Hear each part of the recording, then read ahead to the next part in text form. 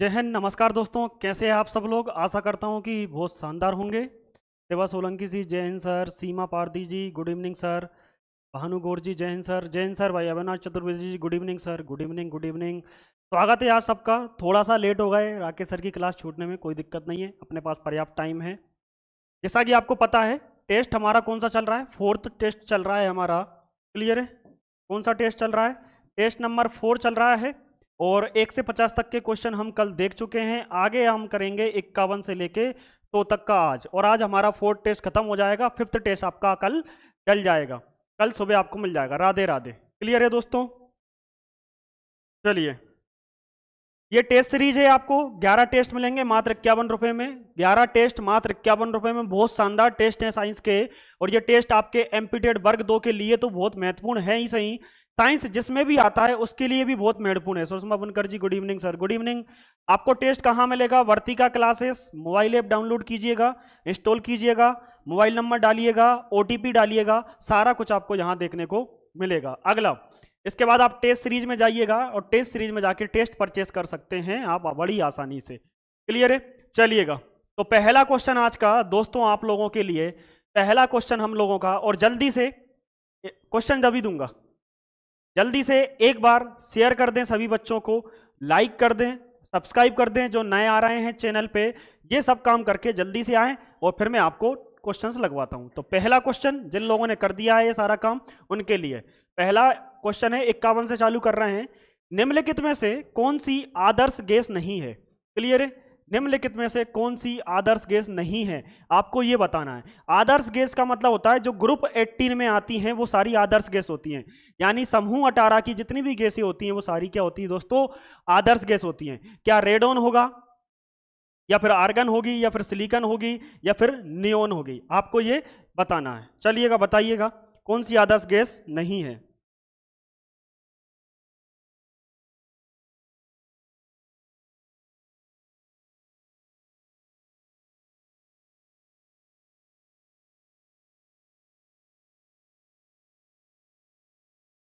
अजय सिंह जी बता रहे हैं सर पहले का सी होगा, सिलिकॉन। देखिएगा, आदर्श गैसें किसको बोलते हैं? ग्रुप 18। जो गैसें ग्रुप 18 की होती हैं, किसकी होती हैं? ग्रुप 18 की जितनी भी गैसें होती हैं, सारी गैसें कैसी होती हैं? आदर्श गैसें होती हैं। क्लियर है। कैसी होती हैं? आदर्श गैसें होती हैं। रेडॉन सबसे भारी। क्लियर है। सबसे भारी गैस जो होती है वो कौन सी होती है? रेडॉन होती है। कौन सी गैस होती है? रेडॉन। आर्गन बल्ब में भरी जाने वाली गैस है। किसमें? बल्ब में। ये लेजर के लिए भी यूज की जाती है, रेडॉन। क्लियर है। सिलिकॉन चिप बनाई जाती है। सिलिकॉन की क्या बनाई जाती है? चिप, मोबाइल वगैरह। क्लियर है। इलेक्ट्रॉनिक सामान, इलेक्ट्रॉनिक सामान, इन सब में क्या किया जाता है? सिलिकॉन का यूज किया जाता है। आदित्य बघेल जी बी होगा, सी होगा, बी होगा, सी होगा। क्लियर है। समझ में आया इतना? गुड इवनिंग सर, रज्जू अरवाई जी गुड इवनिंग। क्लियर है। रेडोन का उपयोग, ये रेडियो एक्टिव गैस होती है। कैसी होती है? रेडियो एक्टिव गैस होती है। एक्टिव, ये रेडियो एक्टिव गैस होती है। भूकंप, भूकंप आने से पहले निकलती है। भूकंप आने से पहले जो गैस निकलती है, भूकंप आने से पहले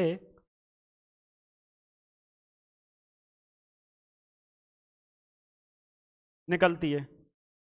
क्लियर है। नियोन का उपयोग इंडिकेटर बनाने में किया जाता है। इंडिकेटर क्या बनाने में? इंडिकेटर बनाने में किया जाता है। क्लियर है। और देखिएगा, रेडोन को मैं आज खत्म ही करवा दूंगा। रेडोन, रेडोन जो होता है, क्लियर है, जो घाव भर नहीं सकते। क्लियर है। क्या लिख दिया? जो घाव भरे नहीं होते, क्या नहीं होते? भरे नहीं होते, यानी जो घाव ठीक नहीं होते, उन्हें ठीक करने के लिए रेडोन का यूज किया जाता है। किसका? उन्हें ठीक करने के लिए। तो उन्हें ठीक करने के लिए भी किसका यूज किया जाता है दोस्तों? रेडोन का यूज किया जाता है। क्लियर है? किसका यूज किया जाता है? रेडोन का यूज किया जाता है। बताइएगा, ये इतना समझ में आया? अब आंसर की बारी कि सर आंसर क्या होगा। तो देखिएगा, ग्रुप 18 की कौन सी? ग्रुप 18 की बात कर रहे हैं। ग्रुप 18 में जो गैसें आती हैं वो helium, argon, neon, krypton, radon. Clear है? ये सारी आती हैं। तो देखिएगा, नियोन आती है, आर्गन आती है, क्रिप्टोन आती है, रेडोन आती है, ये सारी गैसें आती है, बट आपकी सिलिकॉन नहीं आती। क्लियर है? सिलिकॉन जो है वो आपकी आदर्श गैस नहीं है, सिलिकॉन एक धातु है। सिलिकॉन क्या है दोस्तों? सिलिकॉन एक धातु है। तो यहां पे जो आपका आंसर होगा वो क्या हो जाएगा कि सर सिलिकॉन होगा। और ये मोबाइल इंडस्ट्रीज में यूज की जाती है। इसमें यूज की जाती है, जिसमें इलेक्ट्रॉनिक में ज्यादा, इलेक्ट्रॉनिक सामान जितने भी, ये जो है इसमें भी सिलिकॉन की चिप लगी होती है। किसकी चिप लगी होती है? सिलिकॉन की। तो इसका जो आंसर होगा वो क्या होगा? सिलिकॉन। चलिए, क्वेश्चन नंबर सेकंड, 52 नंबर का क्वेश्चन। निम्नलिखित में से कौन बड़े शहरों की वायु को प्रदूषित करता है? यानी बहुत बड़े शहर होते हैं, उनमें जो वायु होती है उसको प्रदूषित करने का काम किसका होता है? कॉपर का होता है, लेड का होता है, क्रोमियम का होता है, या कॉपर ऑक्साइड का होता है? Mamta Prajapati ji good evening. Good evening भाई। Yogesh Khare ji good evening. Good evening. Clear है? तो आपको बताना है कि बड़े शहरों में जो प्रदूषण का कारण है, कॉपर है, लेड है, क्रोमियम है, या कॉपर डाइऑक्साइड है। आपको इसका आंसर देना है।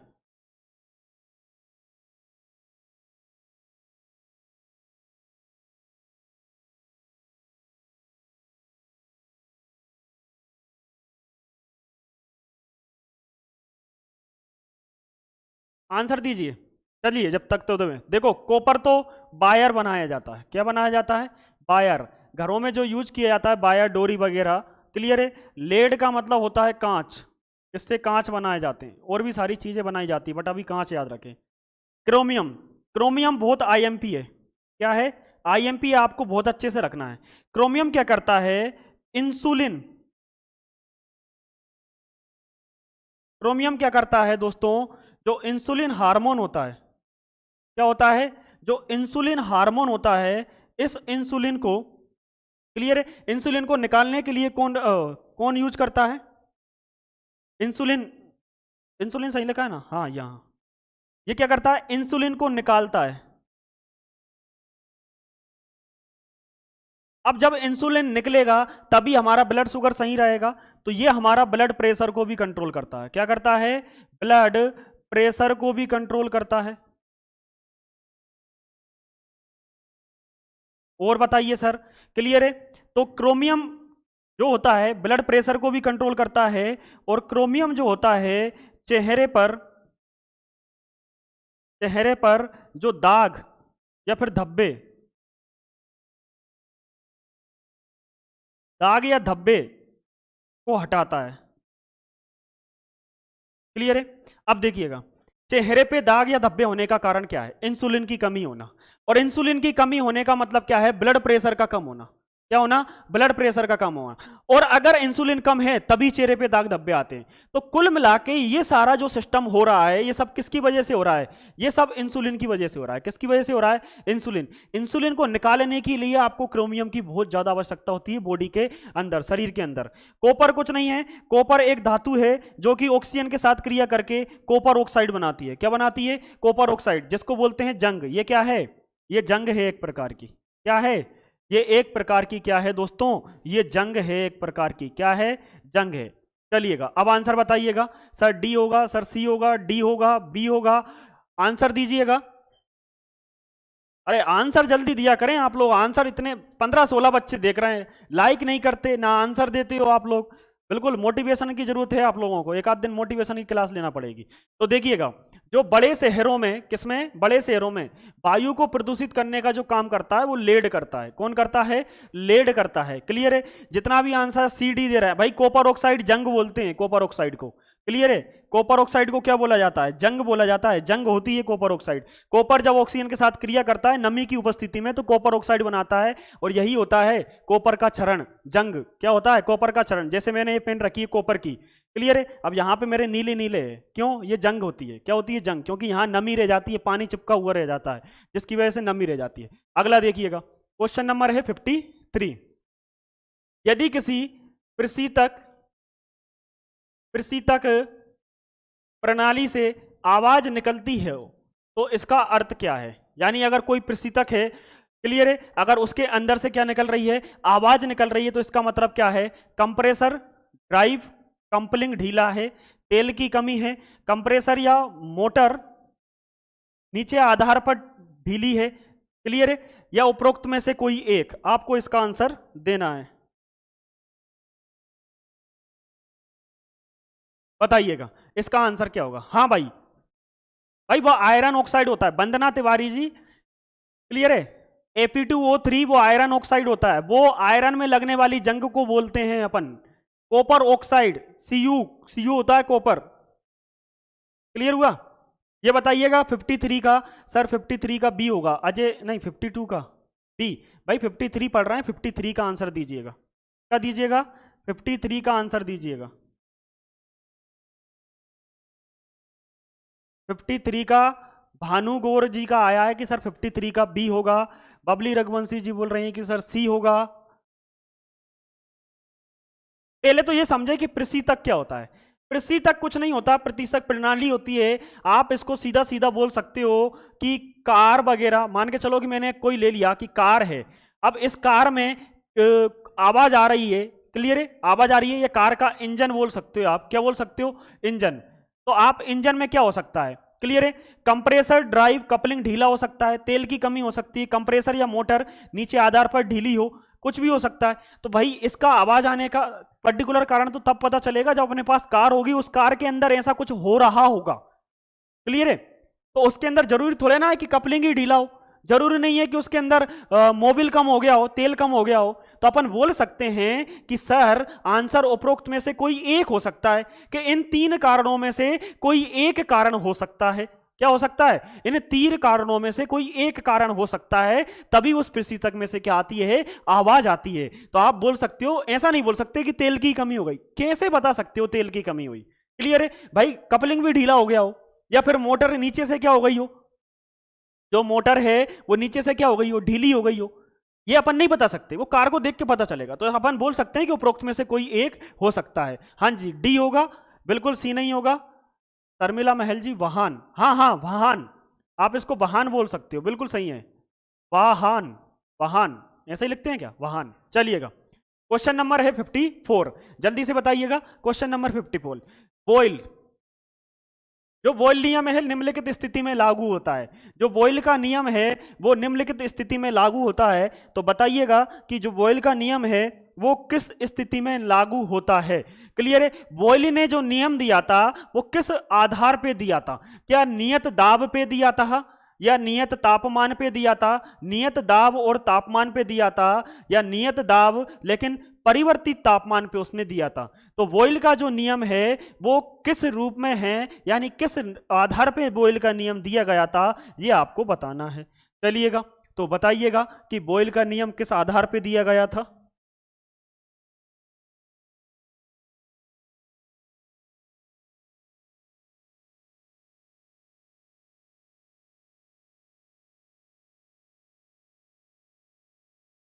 अविनाश चतुर्वेदी जी, सर 54 का बी, तापमान।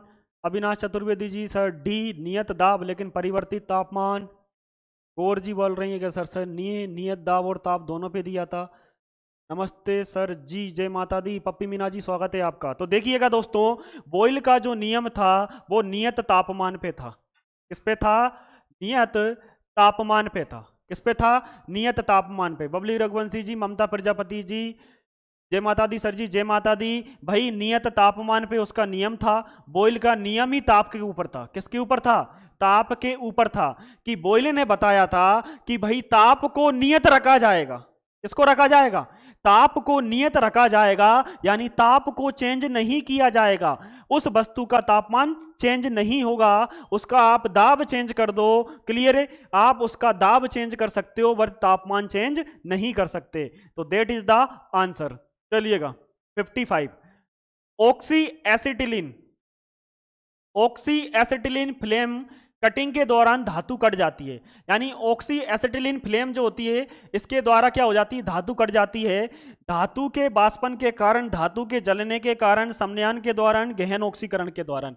ऑक्सी एसिटिलीन कुछ नहीं होता, जो ऑक्सीजन होती है उसकी रिप्रेजेंटेशन में एक आग लगाई जाती है। क्या लगाई जाती है? आग लगाई जाती है। यानी ये फ्लेम का मतलब ही क्या होता है? आग होता है। ये फ्लेम का मतलब क्या होता है? आग होता है।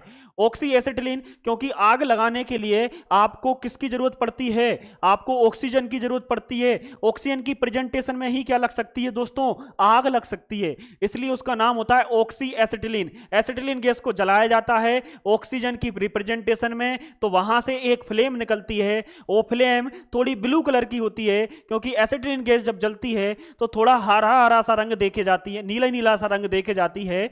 इसी वजह से तो वो धातु कट जाती है। किस कारण से कट जाती है? ये कल का भी क्वेश्चन है, ये कल भी मैंने बताया था। अन्नू बेस जी आ चुकी हैं, भानु जी 15 का डी होगा, क्लियर है। 18 का सी होगा, क्या बता रहे हैं भाई? 15 का डी होगा, 55 का डी होगा, 55 का डी होगा। शर्मिला महल जी डी होगा, अन्नू बेस जी डी होगा। बहुत शानदार, बहुत ही शानदार दोस्तों, क्लियर, बहुत ही शानदार, क्लियर है। उसका क्या होगा? गहन ऑक्सीकरण हो जाएगा, और गहन ऑक्सीकरण होने की वजह से वो धातु क्या हो जाती है?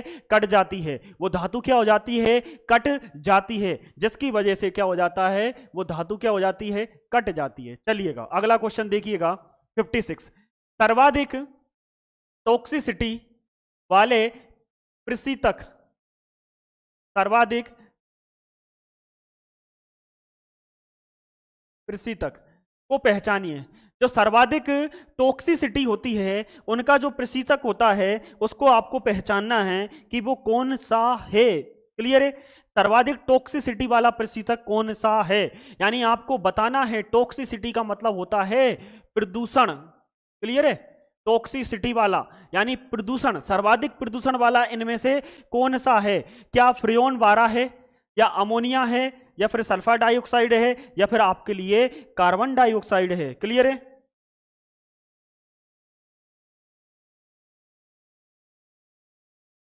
बताइएगा।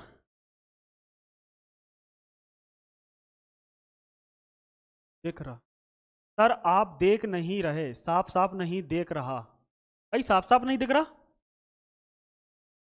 क्लियर दिख रहा है भाई, क्लियर दिख रहा है। तो देखिएगा, अब इसके बारे में थोड़ी बात करते हैं। फ्रियोन 12 जो होती है, क्लियर है, रेफ्रिजरेटर में भरी जाती थी। रेफ्रिजरेटर,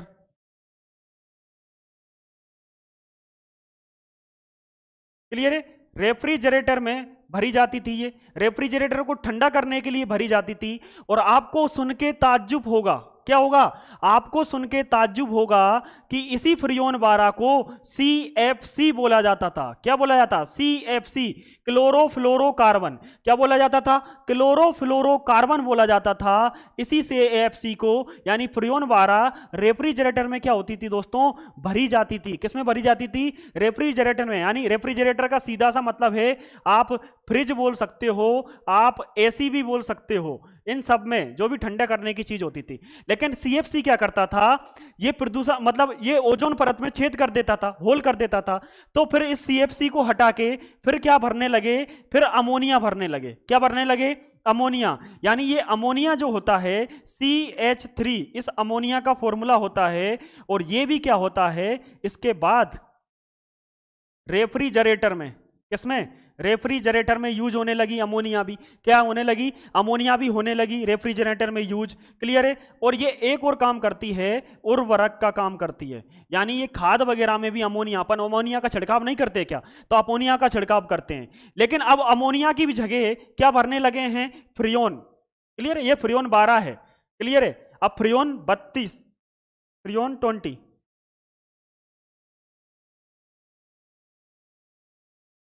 फ्रियोन 32 या फ्रियोन 20 है, याद नहीं आ रहा अभी, इतना समझ लीजिएगा। तो ये भी अभी भरी जाती है, अमोनिया भी भरी जाती है, उर्वरक के रूप में भी इसका यूज किया जाता है।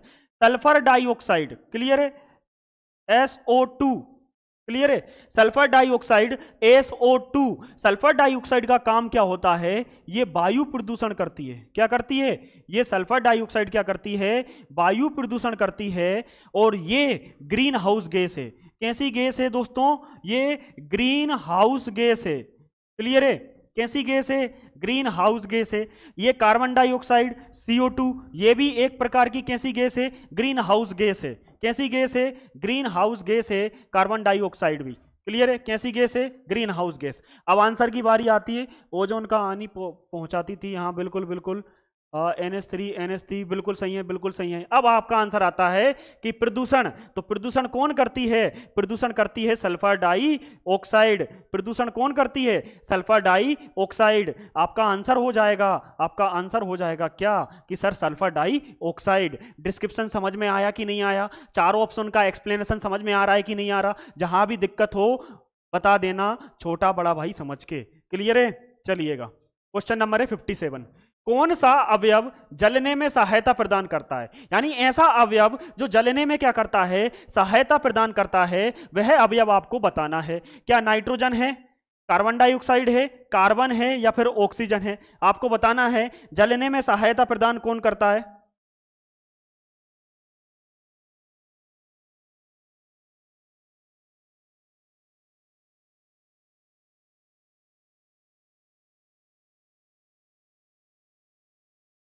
इसका आंसर तो बहुत सही होगा दोस्तों, आप इसका आंसर बहुत आसानी से दे सकते हो। देखिएगा, सबसे पहले बात करते हैं अपन कौन सा अवयव जलने में। कार्बन डाइऑक्साइड आप जानते हो, सबसे पहले CO2 की बात करते हैं। CO2 है, पेड़ पौधे लेते हैं, ऑक्सीजन देते हैं, इसका अमोनिया का सूत्र NH3। हाँ जी, NH3 होता है सर, आप CH3 लिखा है। अच्छा, अरे सॉरी सॉरी सॉरी सॉरी, ये NH3 है, सॉरी सॉरी गलती हो गई, CH3 लिखा हो गया। वो क्या है? NH3 है, NH3, सॉरी। चलिएगा, ऑक्सीजन O2 बोलते हैं अपन। कार्बन, कार्बन को C से अपन डिनोट करते हैं। और कार्बन के मैंने कल आपको बताए थे पॉलीमर, रबड़, प्लास्टिक, इसका काम क्या है? प्लास्टिक बनाने में या फिर पॉलीमर बनाने में। क्या बनाने में? पॉलीमर बनाने में, रबर बनाने में, और दूसरा ड्राई सेल, जो ड्राई सेल आते हैं, ड्राई सेल, ड्राई सेल बनाने में। ऐसी अगर गलतियां हो जाए लिखने में, ध्यान नहीं रहता वो पढ़ाते टाइम, एक्सप्लेन करते टाइम, तो बता दिया करे, कोई दिक्कत वाली बात नहीं है। क्लियर है? कोई दिक्कत वाली बात नहीं है। चलिएगा, ये हो गया प्लास्टिक बनाने में, पॉलीमर बनाने में, रबर, ड्राई सेल बनाने में। अब नाइट्रोजन का उपयोग देखिएगा, बहुत शानदार उपयोग है नाइट्रोजन का। अगर नाइट्रोजन की मैं बात करता हूं कि मानव शरीर में क्या है काम है इसका, इसमें मानव में, तो ये मानव में क्या करता है? DNA, RNA और एमिनो एसिड, एमिनो एसिड का संश्लेषण, संश्लेषण। अब देखिएगा कैसे संश्लेषण करता है नाइट्रोजन। डीएनए में अपन ने क्या पढ़ा था कि डीएनए और आरएनए में हमने पढ़ा था दो टाइप। क्लियर है? एक होता है न्यूक्लियोटाइड, एक होता है सल्फाइड। क्या होता है? सल्फेट। सल्फर जो होता है वो सल्फेट की फॉर्म में पाया जाता है वहां पे। क्लियर होगा? अब जब अपन ने पढ़ा था न्यूक्लियोसाइड्स, तो न्यूक्लियोसाइड दो चीजों में डिवाइड था। कितनी चीजों में? दो। तो दो चीज देखिएगा, मैं आपको बता दूं, अभी बता दूंगा। दो चीजों में डिवाइड था, एक था आपका शुगर, दूसरा था नाइट्रोजन बेस। तो वो नाइट्रोजन बेस क्या था? नाइट्रोजन का क्षारीय रूप। किसका था? नाइट्रोजन का क्षारीय रूप। लेकिन अगर इसी अमोनिया की अपन सॉरी नाइट्रोजन की अपन बात करते हैं पादप जगत में, तो पादप जगत में ये क्या करता है? ये पौधों को, किसको? ये पौधों को क्या करता है? प्रोटीन बनाने में, यानी प्रोटीन, ये पौधों को प्रोटीन बनाने में, उनको प्रोटीन, और दूसरा गहरा हरा रंग, गहरा हरा रंग प्रदान करता है। कैसा रंग प्रदान करता है? गहरा हरा रंग प्रदान करता है प्लांट को। किसको? पेड़ पौधों को। पेड़ पौधे बोलो या फिर आप फसलें बोल सकते हो। इसलिए क्या बोल सकते हो? आप फसलें बोल सकते हो कि ये फसलों में काम में भी आता है। किस में काम में आता है? फसलों में। और ये पेड़ पौधों को गहरा हरा रंग प्रदान करने के लिए काम में आता है। ये डीएनए और आरएनए में किस में काम में आता है? एमिनो एसिड वगैरह का संश्लेषण करने में कौन काम में आता है? नाइट्रोजन। अब यहां समझिएगा, आप लोगों को मैं बता देता हूं। क्लियर है? ये आपका डीएनए है। क्या है दोस्तों? डीएनए। इस डीएनए के दो पार्ट होते थे। कितने पार्ट? दो। एक होता था न्यूक्लियोटाइड, न्यूक्लियोसाइड। क्या होता था? न्यूक्लियोसाइड। दूसरा पार्ट होता था आपका सल्फेट। क्या होता था? सल्फाइड। क्लियर है? सल्फाइड। अब न्यूक्लियोसाइड आपका दो पार्ट में डिवाइड था। कितने पार्ट में? दो पार्ट में। एक था आपका शुगर। क्या था? शुगर। क्लियर है? दूसरा आपका था नाइट्रोजन बेस। क्या था? नाइट्रोजन बेस, अगर किसी को याद आ रहा हो तो बताइए, क्या यही पढ़ा था क्या? और फिर नाइट्रोजन बेस आपका प्यूरिन और पायरेडमीन में टूटता था। किस में टूटता था? प्यूरिन और पायरेडमीन में। तो ये नाइट्रोजन बेस किस में? डीएनए, आरएनए और एमिनो एसिड का संश्लेषण करने में भी काम में आता है। प्रोटीन में सहायक, अरे भाई हाँ, डीएनए आरएनए में सहायक है, इसका मतलब क्या है? प्रोटीन में सहायक है। क्लियर है? एमजी, मैग्नीशियम भी सहायक होता है। हाँ जी, मैग्नीशियम भी सहायक होता है, बिल्कुल होता है। न्यूक्लियोटाइड्स, न्यूक्लियोडेट नहीं होता, न्यूक्लियोटाइड्स होता है, साइड्स होता है, यहाँ पे साइड्स होता है। न्यूक्लियोटाइड तो जीन के अंदर होते हैं। तब आपका आंसर क्या आएगा? ऑक्सीजन। सभी लोग जानते हैं कि इसका जो आंसर होगा वो क्या होगा? ऑक्सीजन होगा। इसका जो आंसर होगा वो क्या होगा? ऑक्सीजन। आग लगाने में सहायक कौन है? ऑक्सीजन है। मेरा उद्देश्य ये नहीं है कि आपको आंसर बताना है, मेरा उद्देश्य ये है कि इनको आपको समझाना है, इनको समझाना ज्यादा जरूरी होता है। क्लियर है? ये सारी चीजें। अब यहां से आपको डीएनए भी समझ में आ गया कि अच्छा डीएनए ऐसे टूटता है। फिर यहां से नाइट्रोजन बेस जाओगे, नाइट्रोजन बेस दो टाइप के होते हैं, पायरेडमीन और प्यूरिन। क्लियर है? एटीजीसी, एटीजीसी याद आ रहा है? एटीजीसी पढ़ा था अपन, अरे बहुत शानदार चीज है यार, मजा आ जाता है। 58 नंबर का क्वेश्चन। क्लियर है? 58 नंबर का क्वेश्चन, निम्नलिखित में से उनके रासायनिक सूत्र से मिलान कीजिए। भैया रासायनिक सूत्र से मिलान करना है, क्या नमक का रासायनिक सूत्र यही होता है क्या? क्या फिटकरी का यही होता है क्या? क्या जिप्सम का यही होता है क्या? या फिर क्वार्ट्ज का रासायनिक सूत्र यही होता है क्या? बताइएगा दोस्तों।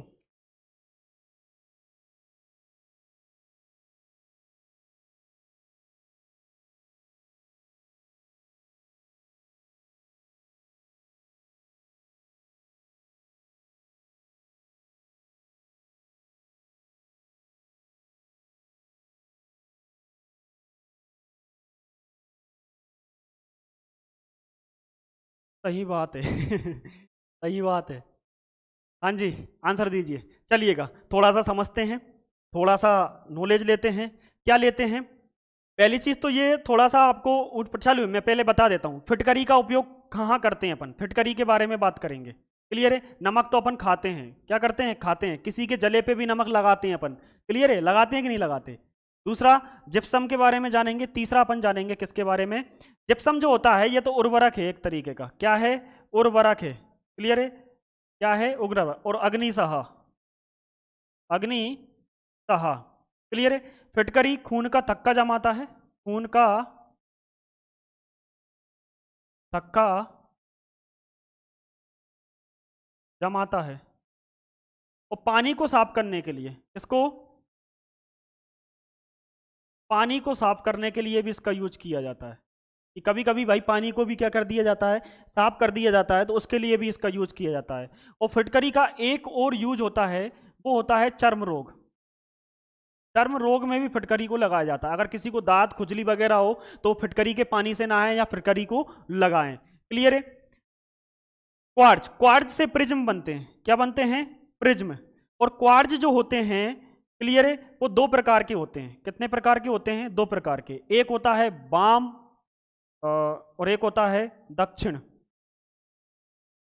कितने प्रकार के होते हैं? एक होता है वाम, वाम क्वार्ट्ज या दक्षिण। वाम ध्रुवक, वाम ध्रुवक होता है, ध्रुवक, ध्रुवक क्या होता है? वाम ध्रुवक। और ये प्रिज्म बनाने में, ध्रुवक प्रिज्म। कैसे प्रिज्म? ध्रुवक प्रिज्म बनाने में इसका उपयोग होता है। चलिए यहां तक आ गया, बहुत बढ़िया है। ये पानी को साफ करने में भी, चर्म रोग में भी होता है फिटकरी का। अब देखते हैं NaCl, ये लग गया। क्लियर है? क्वार्ज जो होता है, क्वार्ज का फॉर्मूला जो है वो ये है Na2SiO3। क्लियर है? लेकिन जिप्सम का फॉर्मूला ये होता है, फिटकरी का फॉर्मूला ये होता है। कोई भी मैच नहीं करना ऐसे, कन्फ्यूज स्कंदन में। हाँ जी, स्कंदन में होता है कन्फ्यूज। बिल्कुल सही है, कन्फ्यूजन तो है, बिल्कुल सही बात है आपकी कि कन्फ्यूजन तो, क्योंकि NaCl हो गया, चलो ये भाई फिटकरी हो गया, ये जिप्सम हो गया, और क्वार्ज पहुंच गया यहाँ। यहाँ तो कोई मेल ही नहीं खा रहा, कोई मेल नहीं खा रहा। लेकिन आंसर आपको समझ में आ गया कि आंसर क्या होगा? कि हाँ सर हमको आंसर समझ में आ गया। ये हो गया हमारा NaCl। क्लियर है? ये हो गया हमारा फिटकरी, ये हो गया हमारा जिप्सम, और ये पहुंच गया हमारा कहाँ? ये हमारा पहुंच गया यहां पे। इसमें कोई भी आंसर नहीं मिल रहा है दोस्तों। क्लियर है? तो इस तरीके से आपको आंसर पता होना चाहिए। लगा दिया मैंने, तो आप कंफ्यूज होने की जरूरत नहीं है, आराम से देख सकते हैं इसको। क्लियर हो गया? तो बताइएगा, कोई सूत्र मिलान नहीं हुआ इसमें, छोड़ो, कोई दिक्कत नहीं है। लेकिन अपने को पता है कि क्वार्ट्ज ये होगा, ये होगा, ये होगा, फॉर्मूला याद रख लेना और क्या काम होता है वो सारी चीजें। चलिएगा 59 नंबर का क्वेश्चन। कौन सी गैस सिगरेट लाइटर से निकलती है? क्लियर? कौन सी गैस है जो कि सिगरेट लाइटर से निकलती है, आपको बताना है।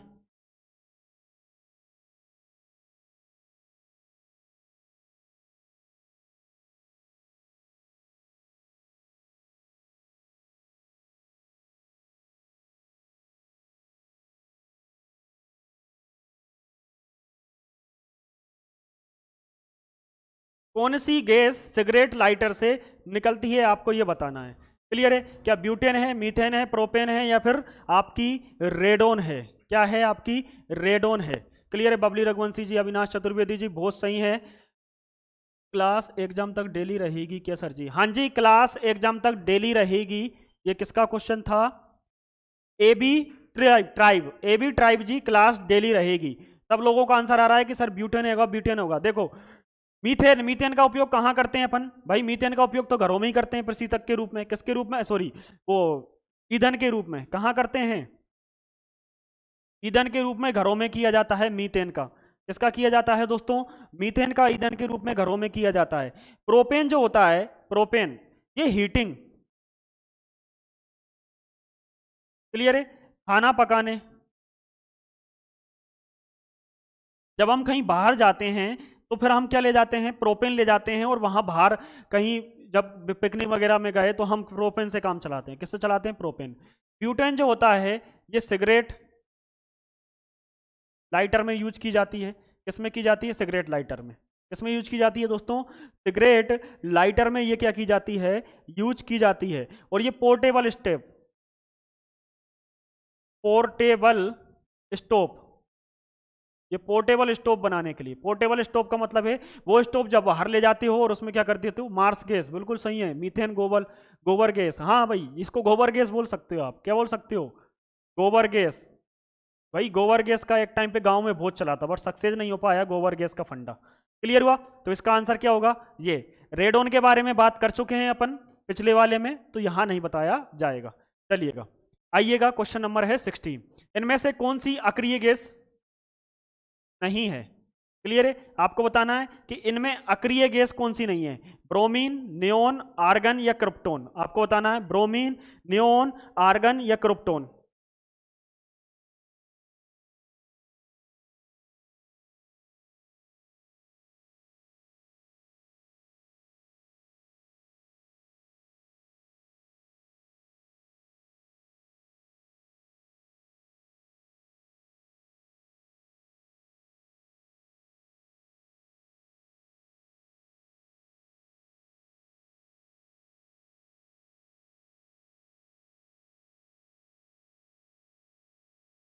एलपीजी, प्रोपेन, बिल्कुल। मीथेन, गोबर गैस। हाँ जी, इसका आंसर दीजिए 60 का आंसर। 60 का आंसर क्या होगा? अब देखिएगा, आर्गन के बारे में मैंने अभी आपको बताया था। एक आर्गन जो गैस होती है ये आपके ट्यूबलाइट में, ट्यूबलाइट बल्ब में भी भरी जाती है। किसमें भरी जाती है? ट्यूबलाइट बल्ब में भी भरी जाती है। क्लियर है? किसमें भरी जाती है? ट्यूबलाइट और बल्ब में भी भरी जाती है। कौन सी गैस? आपकी आर्गन। क्लियर है? वेल्डिंग में यूज की जाती, बताया था, कोई दिक्कत नहीं है। नियोन बताई दिया, इंडिकेटर के रूप में। किसके रूप में? इंडिकेटर के रूप में। अब देखिएगा, ये किसमें? इंडिकेटर के रूप में, आपको बताया था। दूसरा देखिएगा, ब्रोमीन जो होती है ये अधातु है। क्या है? अधातु। और एक ऐसी अधातु, क्लियर है, एक ऐसी अधातु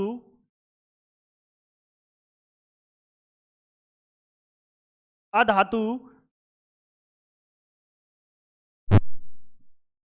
जो कि तरल अवस्था में होती है। कैसी होती है? तरल अवस्था में होती है। यानी ब्रोमीन एकमात्र ऐसी धातु, देखो धातु के बारे में बात करें तो पारा होती है तरल अवस्था में, लेकिन ब्रोमीन एकमात्र ऐसी धातु है जो कि किसमें पाई जाती है?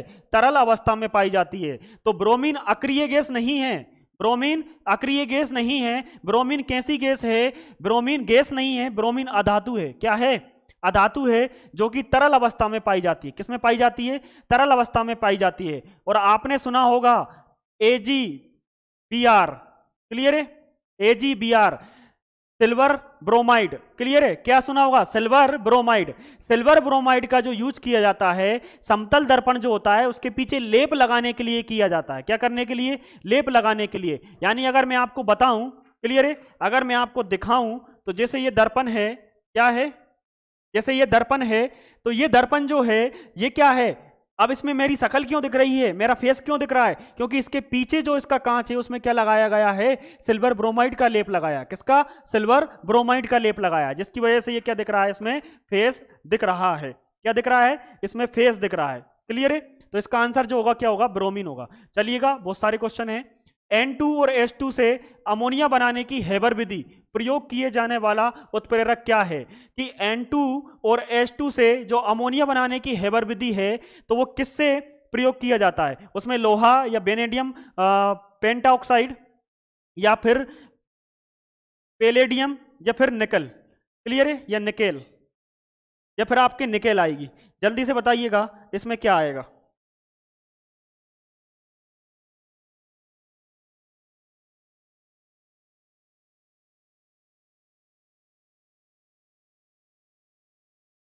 चलिएगा, देखिएगा दोस्तों,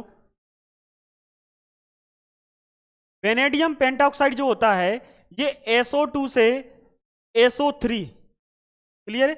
सल्फर ऑक्साइड से सल्फर ट्राइऑक्साइड बनाने के लिए यूज किया जाता है। जब इसमें ये बनाया जाता है तो ये क्या देता है? ये ऑक्सीजन देता है। क्या देता है? ऑक्सीजन को बाहर निकालता है, यानी ऑक्सीजन का निर्माण करता है ये, क्लियर है? इसका गियर बनाने में यूज किया जाता है। किसमें? इसका गियर बनाने में यूज किया जाता है। किसमें यूज किया जाता है दोस्तों? गियर वगैरह, क्लियर है? क्या बनाने में? गियर वगैरह बनाने में इसका क्या किया जाता है दोस्तों? यूज किया जाता है। और कब किया जाता है? गर्म होने पे ये क्या होता है? गियर बनाता है। चलिएगा, अगला कौन सा है? पैलेडियम। ये एग्जॉस्ट, एग्जॉस्ट जो अपन एग्जॉस्ट बनाते हैं वो किसके बनते हैं? पैलेडियम के बनते हैं। किसके बनते हैं दोस्तों? पैलेडियम के बनते हैं। निकल जो होती है, आप लोगों ने पढ़ा हो तो अच्छे से, लोहो चुंबकीय होती है। कैसी होती है? लोहो चुंबकीय धातु होती है। कैसी धातु है? लोहो चुंबकीय। तो आपको पता है अगर लोहो चुंबकीय है तो ये चुंबकीय क्षेत्र में यूज की जाएगी। कहाँ की जाएगी दोस्तों? ये चुंबकीय क्षेत्र में यूज की जाएगी तो इस्पात इंडस्ट्री में। ये इस्पात के साथ, अगर आप इसको इस्पात के साथ मिलाते हो, किसके साथ? अगर इसको आप इस्पात के साथ मिलाते हो तो स्टेनलेस स्टील बनती है। क्या बनती है? स्टील बनती है। और कौन सी स्टील बनती है?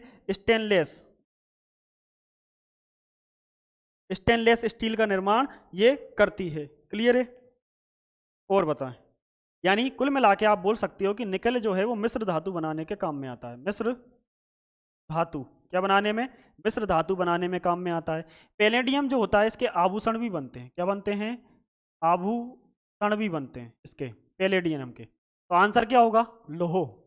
किसका प्रयोग? हेबर विधि समझा देना। भाई हेबर विधि अभी नहीं समझाई जा सकती। हेबर विधि के लिए आपको पूरा डायग्राम बनाना पड़ेगा। आपको डायग्राम बना के उसमें आपको नाइट्रोजन हाइड्रोजन डालना पड़ेगा। एक तरफ उसमें लोहे की रोड डालना पड़ेगी, दूसरी तरफ उसमें जस्ते की रोड डालना पड़ेगी, क्लियर है? हाँ जी, आंसर क्या होगा? बिल्कुल आंसर लोहा। आंसर क्या होगा दोस्तों? आंसर होगा इसका लोहा। क्या होगा? लोहा होगा। चलिएगा, अगला क्वेश्चन देखिएगा। क्वेश्चन नंबर 62 है। क्वेश्चन नंबर क्या है दोस्तों? क्वेश्चन नंबर 62 है। जब एक हवा भरा हुआ टायर, क्या हुआ? हवा भरा टायर फट जाता है तो उसके अंदर से कौन क्या निकलता है? क्लियर है? हवा भरा फट जाता है तब निकलने वाली जो हवा होती है गर्म हो जाएगी, तापमान समान बना रहेगा, इनमें से कोई नहीं, या फिर ठंडी हो जाएगी। एक हवा भरा हुआ टायर है, टायर में हवा भरी होती है, हालांकि हवा भरी है टायर में, अब वो फटेगा तो उसके अंदर से जो गैस निकलेगी, उसके अंदर से जो गैस निकलेगी या हवा निकलेगी वो निकलने के बाद गर्म होगी, तापमान बराबर रहेगा, या फिर ठंडी होगी, या कुछ नहीं होगा। ऐसा आपको बताना है। आलिया बेगल जी 61 का सर सी, आज 61 का सी नहीं होगा दोस्तों।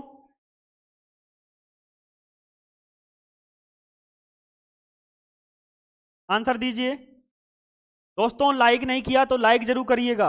और आपको पता है कि सिर्फ मात्र 51 रुपए में, कितने में, मात्र 51 रुपए में 11 टेस्ट आपको वर्तिका क्लासेस मोबाइल ऐप पर देखने को मिल रहे हैं। तो जल्दी से वर्तिका क्लासेस मोबाइल ऐप डाउनलोड कीजिए और 11 टेस्ट दीजिए और एनालिसिस यहां आके देखिए और फर्क जानिए पढ़ने में। मीना पटेल जी 11 का ए, 61 का, भाई 62 का पूछ रहे हैं। रज्जो अहिरवार जी 62 का सर ए होगा, 62 का ए होगा, ए होगा। भानु गौर जी बता रहे हैं, वंदना तिवारी जी बता रहे हैं। इसमें समझाने लायक तो कुछ ज्यादा है नहीं, मैं नॉर्मल बता दूंगा। देखिएगा, जब वो टायर होता है, टायर के अंदर से जब हवा निकलेगी, अरे भाई उसके अंदर कंप्रेस करके हवा डाली जाती है। कैसे करके, कंप्रेस करके। तो जब वो बाहर निकलेगी तो अंदर का टेम्परेचर ज्यादा होता है, जब बाहर निकलेगी तो वो गैस ठंडी हो जाएगी। कैसी हो जाएगी, गैस ठंडी हो जाएगी। कैसी हो जाएगी, ठंडी होगी, गर्म नहीं होगी। जितने लोग ए आंसर दे रहे हैं गलत है, क्लियर है, गर्म नहीं होगी। अरे भाई वो कंप्रेस करके अंदर भरी हुई है, गर्म तो पहले ही है। वो समझ में आ रहा है, गर्म तो पहले ही है। जब वो बाहर निकलेगी तो कैसी होगी, अरे वाह क्या मौसम है, सुहाना सुहाना, हमारे इधर पानी गिर रहा है अभी, तो वैसे भी ठंड पड़ रही है, तो कैसी हो जाएगी, ठंडी हो जाएगी। चलिएगा 63 का क्वेश्चन। तो ऐसे बाष्पील द्रवों जिनके क्वथनांकों में बहुत अधिक अंतर नहीं होता, क्लियर है, कि मिश्रण को पृथक किया जाता है। किससे पृथक किया जाता है, यानी उनका जो क्वथनांक है वो ज्यादा नहीं होता, यानी उनका जो क्वथनांक है उनमें अंतर नहीं होता। यानी किसी का 10 डिग्री होगा तो एक का 11 डिग्री होगा, यानी माइनर अंतर होता है, क्लियर है। तो उनको जो पृथक किया जाता है, अलग करने की जो विधि होती है वो कौन सी है, साधारण ऑप्शन है, प्रभाजी ऑप्शन है, या वर्ण लेखन है, या फिर भाप आसपन से। किससे,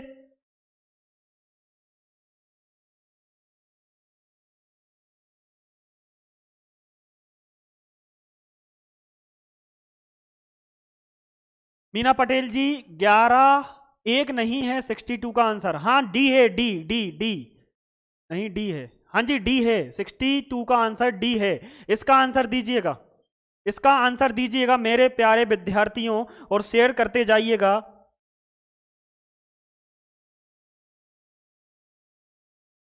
आप बताइएगा 63 का आंसर क्या होगा।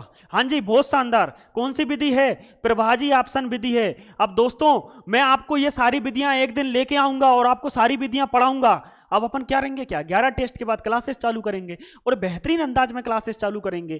साधारण ऑप्शन विधि, प्रभाजी ऑप्शन विधि, भाषपन विधि, बड़लेखन विधि, फलाना विधि, ढकाना विधि, सारी विधि पढ़ेंगे, टेंशन नहीं लेना। तो इसका आंसर होगा प्रभाजी ऑप्शन विधि के द्वारा। चलिएगा 64 का आंसर बताइए। मानो कि विद्युत बल्ब के भीतर लगभग 2700 डिग्री सेल्सियस, 2700 डिग्री सेल्सियस तापक्रम होता है। मान लिया कि विद्युत बल्ब के अंदर 2700 डिग्री सेल्सियस तापक्रम होता है, फिर भी तंतु नहीं जलता, क्लियर है। बल्ब के अंदर तंतु जो बनता है वो किसका बनता है, टंगस्टन का बनता है। किसका बनता है, टंगस्टन का बनता है। और इस बल्ब के अंदर जो गैस भरी होती है, इस बल्ब के अंदर जो गैस भरी होती है वो क्या होती है, आर्गन। क्या होती है, आर्गन, क्लियर है। तो बल्ब के अंदर टंगस्टन, तो ये जो बल्ब का टंगस्टन होता है वो नहीं जलता। अरे यार रोहित,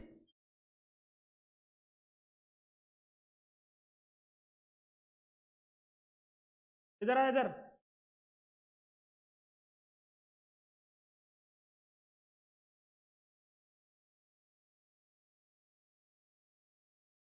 वो पूरी पीडीएफ,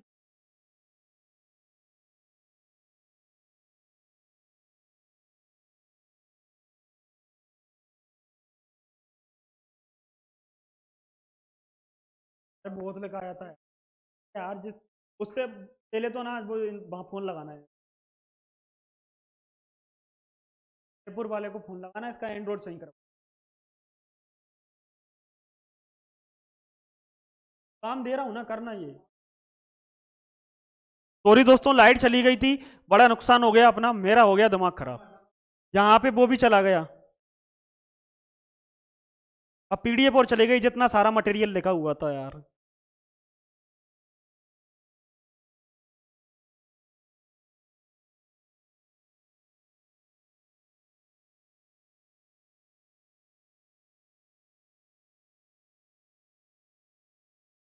मटेरियल एंड्रॉइड वर्जन मुझे आज कल आगे क्लास तभी हो जाए।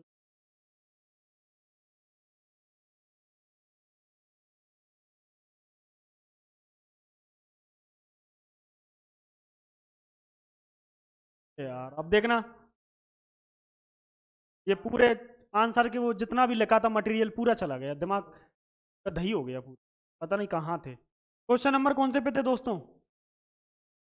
जब एक हवा से भरा हुआ बाष्पीकरण, हाँ यही वाला था।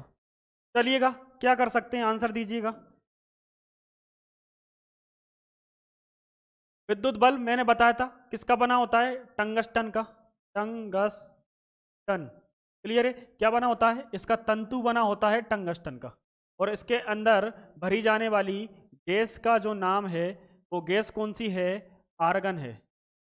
आर्गन के साथ नियोन भी भरी जाती है, लेकिन वो ट्यूबलाइट में भरी जाती थी। किसमें भरी जाती थी, ट्यूबलाइट में भरी जाती थी।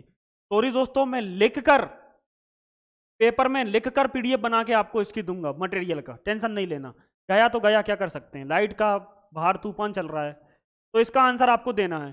क्लियर है, 64 का आंसर दीजिए। क्या है, यह जिस धातु से बनता है वह ज्वलन प्रतिरोधी होती है। क्लियर है, ज्वलन के आवश्यक ऑक्सीजन उपलब्ध नहीं होती, क्योंकि बल्ब में शुद्ध नाइट्रोजन अथवा अक्रिय गैस होती है। तो आर्गन कौन सी गैस है, अक्रिय गैस है। आर्गन कौन सी गैस है, अक्रिय गैस है। बंद व्यवस्था में ज्वलन नहीं होता है, यह आणविक पदार्थ से बना होता है। इसमें देखो आंसर लगभग सारे सही हो सकते हैं, आंसर लगभग सारे सही हो सकते हैं, बट आपको वो आंसर देखना है जो स्ट्रोंगेस्ट हो। तो स्ट्रोंगेस्ट आंसर मुझे सिर्फ एक ही दिख रहा है। स्ट्रोंगेस्ट आंसर मुझे क्या दिख रहा है दोस्तों, सिर्फ एक ही दिख रहा है, क्योंकि ज्वलन के लिए आवश्यक ऑक्सीजन उपलब्ध नहीं होता, बल्ब बंद रहता है, बंद रहता है, ऑक्सीजन नहीं मिल पाता। दूसरा, इसके अंदर शुद्ध नाइट्रोजन भरी जाती है, बिल्कुल, और उसके साथ एक अक्रिय गैस भरी जाती है। क्या भरी जाती है, उसके साथ में एक अक्रिय गैस भरी जाती है। अरे यह जिस धातु से बनता है वह ज्वलन प्रतिरोधी होता है। भाई ज्वलन प्रतिरोधी होगा तभी तो उसके अंदर डाला जाएगा, ये बात भी सही है। लेकिन इसका मेन आपको देखना मजबूत कौन सा आंसर है, तो मजबूत आंसर ये है, एक तो पर्याप्त ऑक्सीजन नहीं मिलती, आर्गन गैस भरी होती है जो कि लगभग ठंडी होती है, नाइट्रोजन, और नाइट्रोजन जो होती है ये शुद्ध नाइट्रोजन भरी जाती है। नाइट्रोजन बहुत ठंडी गैस होती है, आप देखना कभी किसी चीज पे नाइट्रोजन छिड़क के देखना, ठंडा हो जाएगा वो। तो आंसर क्या होगा, बी वाला, आंसर क्या होगा, बी वाला। चलिएगा 64, ग्रीन हाउस प्रभाव के लिए उत्तरदायी कौन सी है।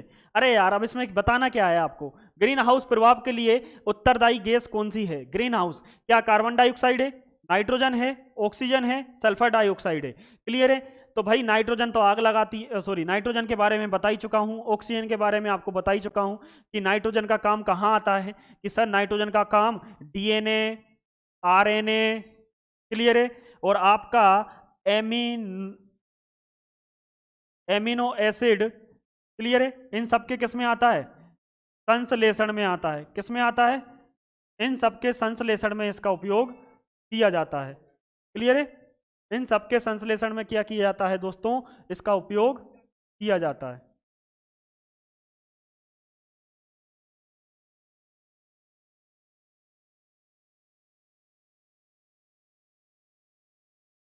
संजीव सर को फोन लगाना, कौन लगा रहा है मुझे, ये सल्फर डाइऑक्साइड,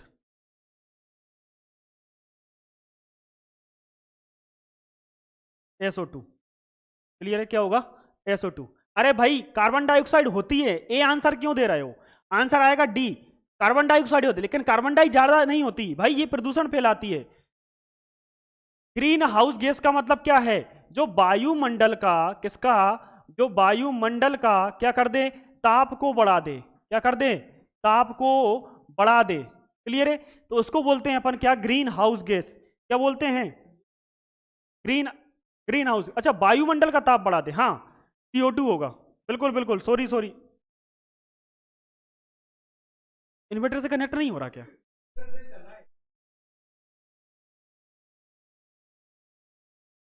तो ये बंद क्यों हो जाता है, इन्वर्टर से कनेक्ट है। कैमरे का वो, कैमरे का रिमोट दे, वो खराब हो रहा है कैमरा।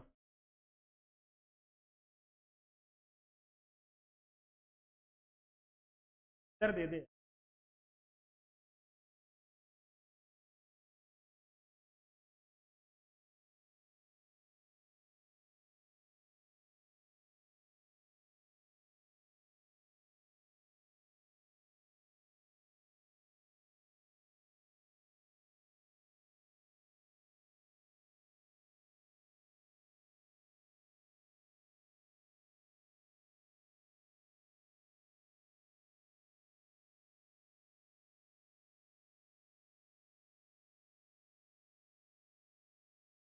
सॉरी साथियों, आपको दिक्कत आ रही है, क्या कर सकते हैं, बट लाइट का थोड़ा सा इशू चल रहा है। इन्वर्टर भी लगा हुआ है, पता नहीं ये बंद क्यों हो जाता है, आके देखो।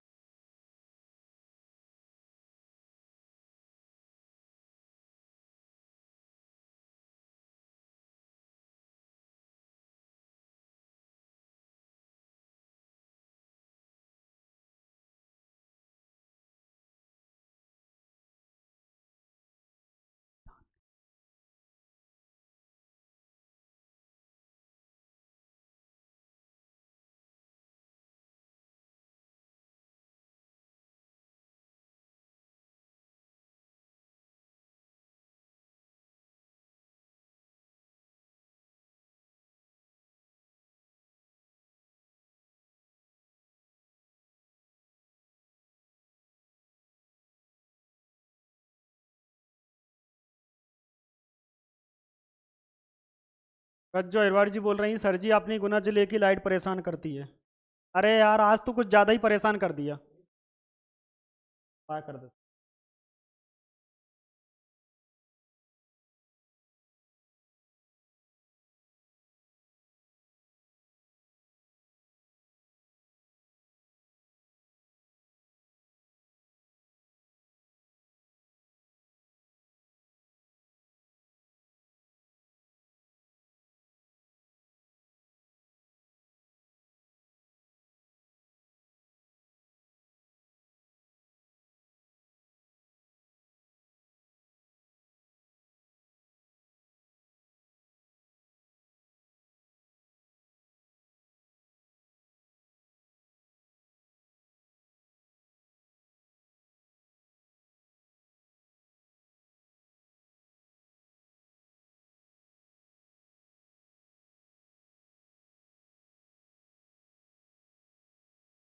आप परेशान ना हो सर, अरे यार परेशानी वाली बात है, पूरा तो एक तो मटेरियल चला गया अपना यार।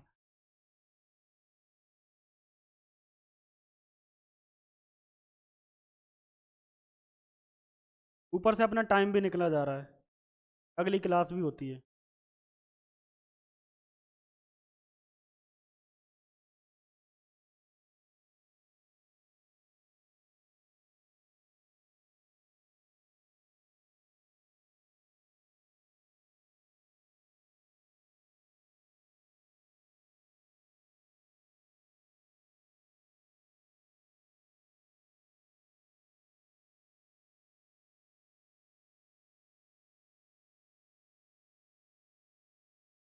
अच्छा, ग्रीन हाउस के लिए कौन सी गैस उत्तरदायी होती है?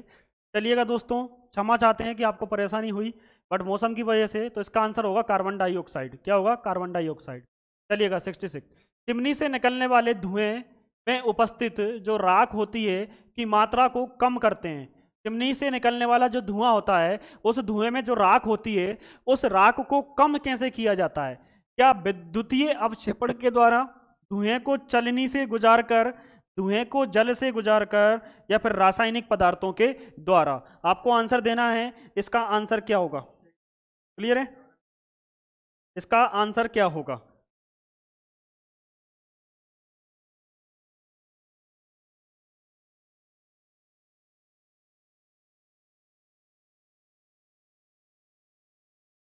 आंसर दीजिए, चलिए दोस्तों, अब आंसर दीजिएगा आप लोग।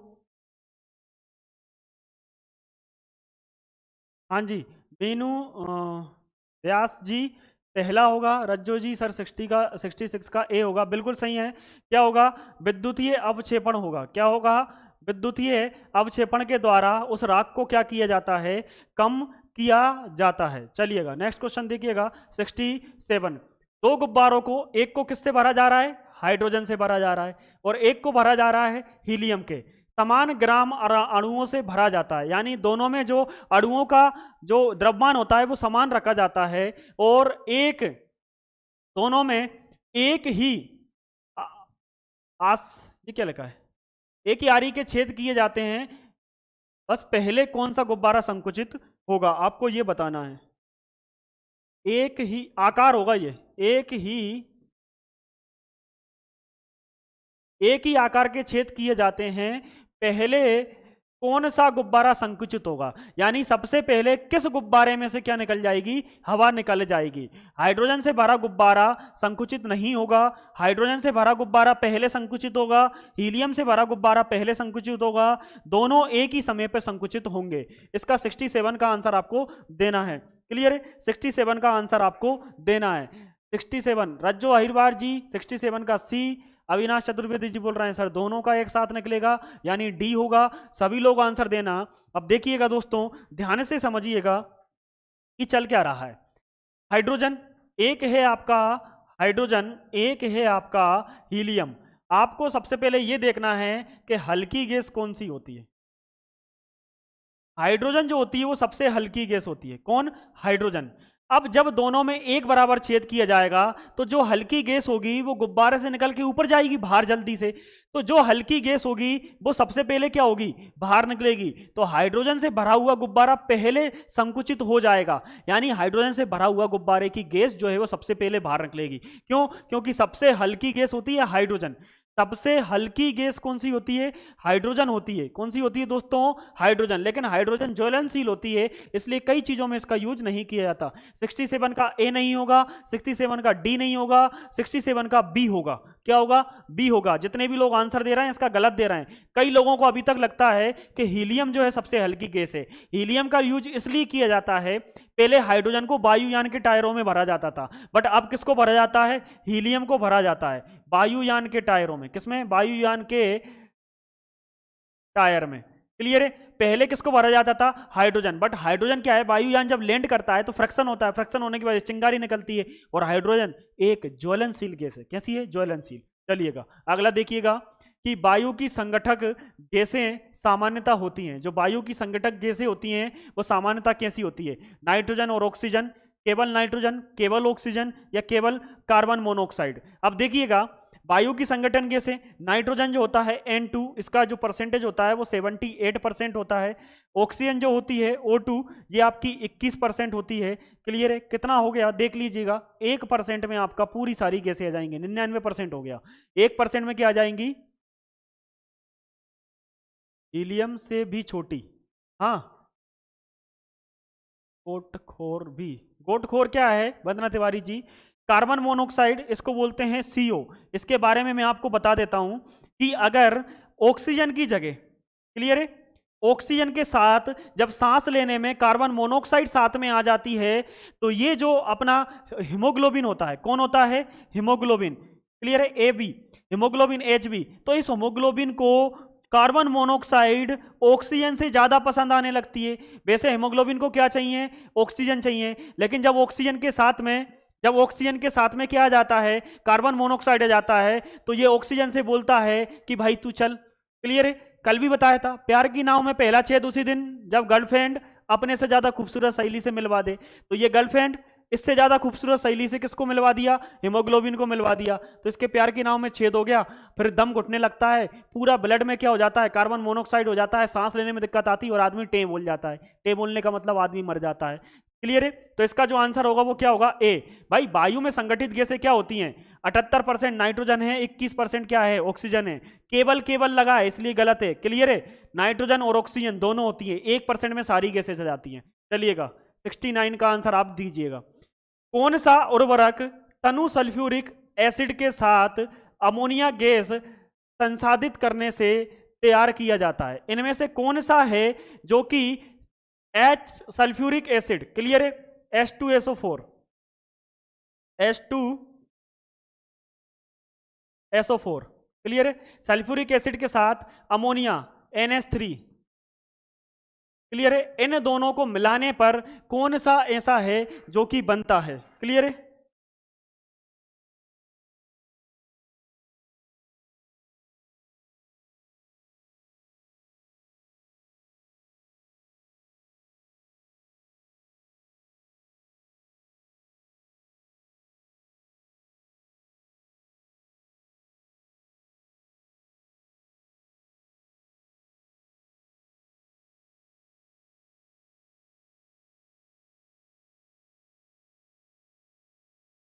सिक्सटी नाइन का आंसर बताइएगा।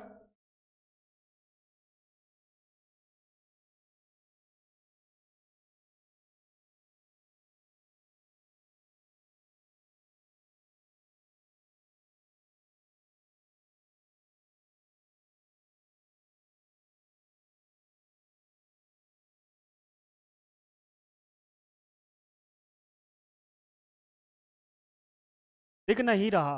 वंदना तिवारी जी, क्या दिख नहीं रहा? अरे बहुत अच्छा दिख रहा है। आप क्या करिए, अपनी वीडियो में ऊपर जाइएगा, क्वालिटी बढ़ा लीजिए, इस वजह से नहीं दिख रहा होगा, क्वालिटी बढ़ा लीजिए। तो चलिएगा आंसर देखते हैं, आंसर क्या होगा देखिएगा।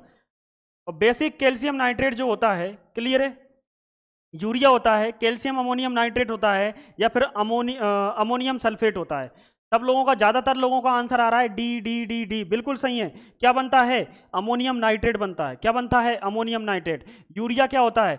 यूरिया एक तो मानव के मूत्र में निकलता है, मानव के मूत्र में निकलता है, और ये यूरिया 4 घंटे बाद, कितने घंटे बाद? 4 घंटे बाद किस में कन्वर्ट हो जाता है?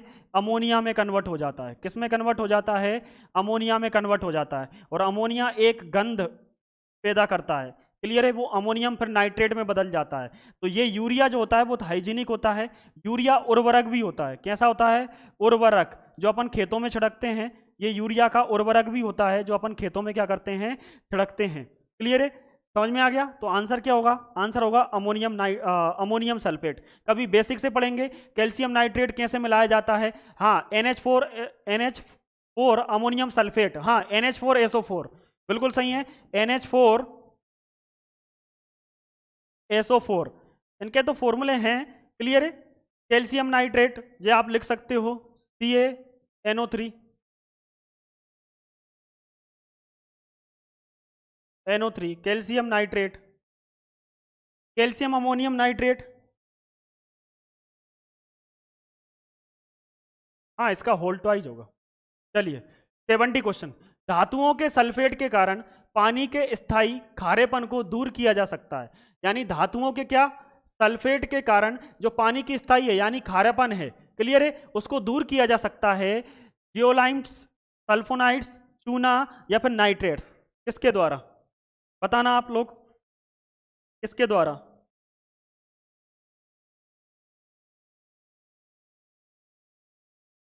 ब्लर दिख रहा है, 1 मिनट रुकिएगा। अब सही दिख रहा है क्या?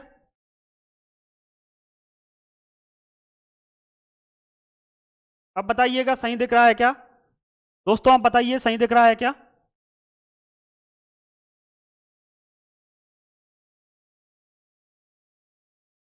मन्नू व्यास जी, ये बताइए सही दिख रहा है क्या? आप क्लियर दिख रहा है क्या? कोई दिक्कत तो नहीं है अब? वंदना तिवारी जी 70 का बी, सल्फोनाइड्स। कविता दोग जी, हाँ हाँ ठीक है, okay, thank you so much. तो इसका जो आंसर होगा वो जेलेनोइट होगा। जेलेनोइट प्रक्रिया के द्वारा इसको क्या किया जाएगा? जेलेनोइट में क्या किया जाता है? जो धातुओं का सल्फेट होता है इसको मिला दिया जाता है खारे पानी में, जिससे कि वो खारापन क्या कर देते हैं? उसका खत्म कर देते हैं। किस वजह से? वो नमक बना लेते हैं। क्या बना लेते हैं? सही दिख रहा है, okay okay, thank you so much. तो इसका जो आंसर होगा क्या होगा? जेलोलाइट्स होगा। क्या होगा? जेलोलाइट्स होगा। चलिएगा 71। अब थोड़ा दोस्तों टाइम का थोड़ा कमी है अपने पास, अपन जल्दी से और करते हैं।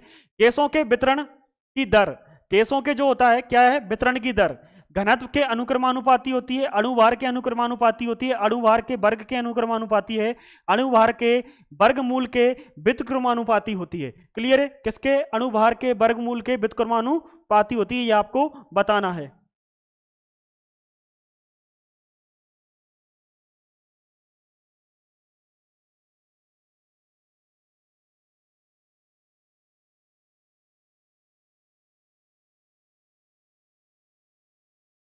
बताइए इसका आंसर क्या होगा? देखिएगा, गैसों के वितरण की जो दर निकाली थी वो किसने निकाली थी?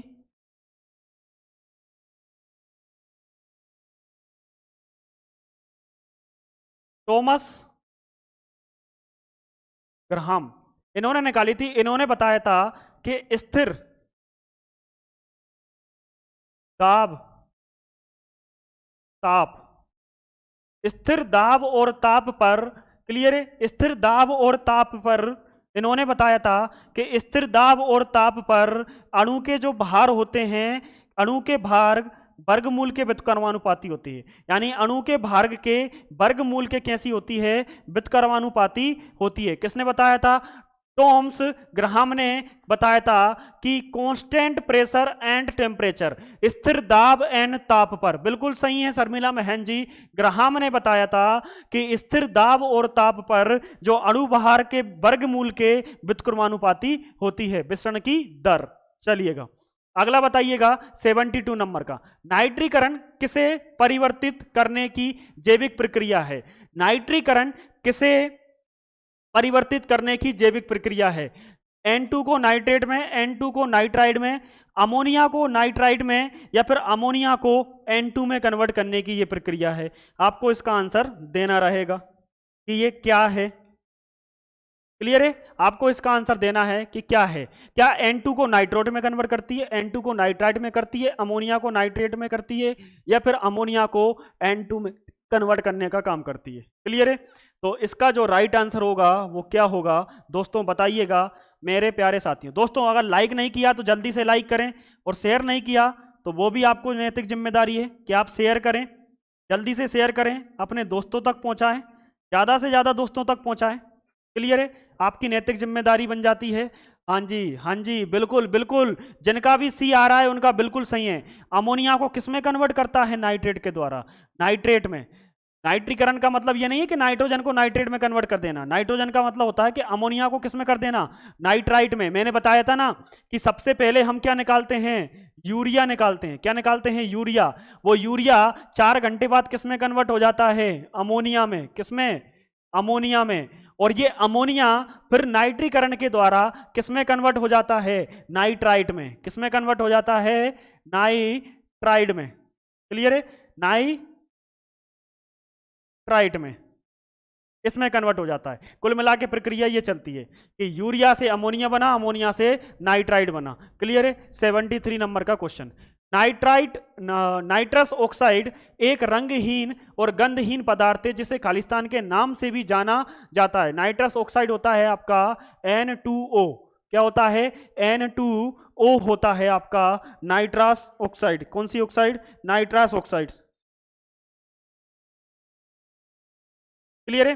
गुब्बारे की बैलून गैस, गुब्बारे में जो बैलून गैस होती है वो आपकी या तो हीलियम होती है या फिर हाइड्रोजन तो भरते ही नहीं है, बहुत कम भरते हैं, वो दूसरे गुब्बारे में होती है। तो हाइड्रोजन को तो यहाँ से हटा दो। क्या भरते हैं? हीलियम, या फिर नॉर्मल गैस भरी जाती है, बैलून गैस। क्लियर है? दूसरी अश्रु गैस, या फिर हास्य गैस, या फिर निद्रा गैस। क्लियर है? Laughing gas.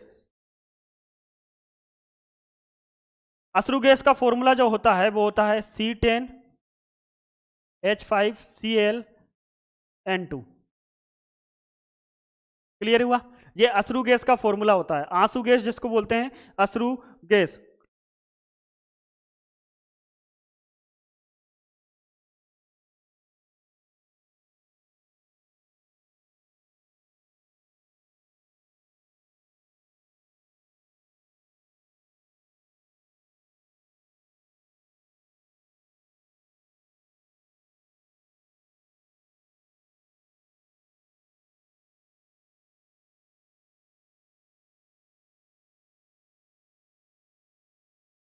ये इसका पूरा नाम है क्लोरो बेंजाइल मेलानिन टाइल। मैं हिंदी में लिख देता हूं, क्लोरो बेंजाइल मेलानिन टाइल। कहीं पे अगर थोड़ी गड़बड़ तो देख लेना, कोई दिक्कत नहीं है। हालांकि यही नाम है लगभग लगभग। क्या नाम है? Chloro benzal melanin ट्राइल। क्लियर है? मेलोनिन है, मेलोनिन ट्राइल, बेंजाल, इसको हटा देना बस, बेंजाल मेलोनिन ट्राइल। ये अश्रु गैस का है। किसका है? अश्रु गैस के हैं ये नाम। आपको बताना है N2O नाइट्रस ऑक्साइड। बिल्कुल सही है, जिनका सी आ रहा है। इसको क्या बोलते हैं? Laughing gas. क्या होती है दोस्तों? लाफिंग गैस होती है, हंसाने का काम करती है, रंगहीन होती है, और सारी चीजें होती है। ये अश्रु गैस, इसका फॉर्मूला C10H5Cl N2 होता है। इसका पूरा नाम क्लोरो बेंजाल मेलानिन ट्राइल होता है। क्लियर? निद्रा गैस होती नहीं है। क्लियर? गुब्बारे में बनी जाने वाली हीलियम होती है लगभग। गैसों से जब बिजली गुजरती है तब ये नारंगी रंग की रोशनी होती है, देती है। आमतौर पर प्रतिदीप्त प्रकाश में इस्तेमाल की जाती है। प्रतिदीप्त कौन सी? ऑक्सीजन, हाइड्रोजन, नियोन, पर नाइट्रोजन। क्लियर है? तो कौन सी गैस का यूज किया जाता है दोस्तों, आपको ये बताना है, कौन सी गैस का यूज किया जाता है? बेहोशी। बेहोशी के लिए देखिएगा वो निद्रा नहीं होती, बेहोशी के लिए अलग है। बेहोशी को निद्रा नहीं बोलते दोस्तों, अपन बेहोशी के लिए अपन अलग यूज करते हैं।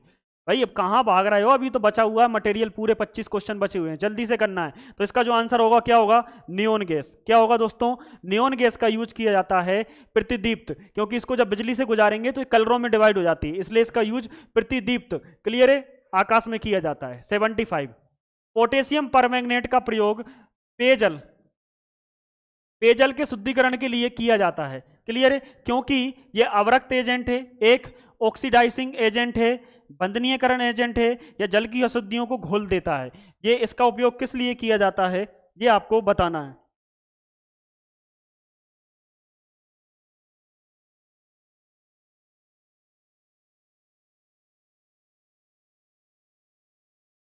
बताइए 75 का आंसर क्या होगा दोस्तों? तो देखिएगा 75 का जो आंसर होगा कि पोटेशियम परमैंगनेट, क्लियर है, क्या है? पोटेशियम परमैंगनेट का प्रयोग पेयजल के शुद्धिकरण में किया जाता है। किसमें किया जाता है? पेयजल के शुद्धिकरण में। और पेयजल का शुद्धिकरण में यानी आरओ में भी जो यूज किया जाता है, एक पराबैंगनी किरणों का भी, पराबैंगनी किरणों का भी यूज किया जाता है। सब जगह अलग अलग किया है ये, लेकिन आरओ में किया जाता है। किसमें किया जाता है? आरओ में। तो यहां क्या होगा कि ये ऑक्सीडाइजिंग एजेंट होता है। क्या होता है? ऑक्सीडाइजिंग एजेंट होता है, जिसकी वजह से ये पानी को क्या कर देता है? प्यूरिफाई कर देता है, यानी शुद्ध बना देता है। क्या बना देता है? शुद्ध बना देता है, मिनरल वाटर। 76, एथेनॉल सोडियम, यानी ये कोमा लगा है, एथेनॉल सोडियम से अभिक्रिया कर कौन सी गैस देता है? नाइट्रोजन देता है, हाइड्रोजन देता है, ऑक्सीजन देता है, या फिर मीथेन देता है? आपको इनमें से आंसर देना है कि कौन सी गैस वो देता है। क्लियर है? तो हाँ देखिएगा थोड़ा, क्या होगा? 2NH4, क्लियर है, नाइट्रेट होगा तो NO3, क्लियर है। अब इसको आपसे किससे करना है? Calcium oxide.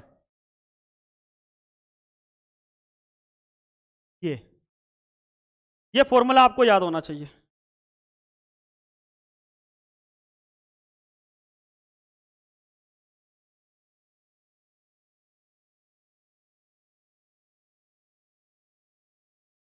नहीं नहीं नहीं, ये नाइट्रेट कहाँ से आया? अच्छा एथेनॉल है, सॉरी सॉरी सॉरी, क्या है? एथेनॉल है। एथेनॉल जो होता है वो C2H6O भी होता है, और इस एथेनॉल का दूसरा जो फॉर्मूला होता है वो आप बता सकते हो कि सर CH3CH2OH, ये भी एक एथेनॉल का फॉर्मूला होता है। दो दो होते हैं एथेनॉल के फॉर्मूले, क्लियर है। और जब CH3CH2+OH को किससे मिलाया जाता है? सोडियम से। इसको किससे मिलाया जाएगा? सोडियम से। तो यहाँ पे 2 लिख लेना, यहाँ पे 2 लिख लेना, और फिर इधर निकाल के आना। आप लोग इधर निकल के आओगे तो ये होगा 2CH3CH2O, और यहाँ जुड़ जाएगा इसके साथ सोडियम, और ये बाहर निकल जाएगा हाइड्रोजन गैस। क्या निकल जाएगी? बाहर निकल जाएगी हाइड्रोजन गैस। कौन सी गैस निकल जाएगी दोस्तों बाहर? हाइड्रोजन गैस निकल जाएगी। क्या लिखा? हाँ दिख नहीं रहा होगा तो ये देखें, ये एथेनॉल होता है, ये भी एथेनॉल होता है, ये दोनों क्या हैं? एथेनॉल के फॉर्मूले हैं। ये भी एथेनॉल होता है, ये भी एथेनॉल होता है। मैंने इसके आगे 2 लगाया, इसके आगे ये सोडियम है। ये क्या लिखा है?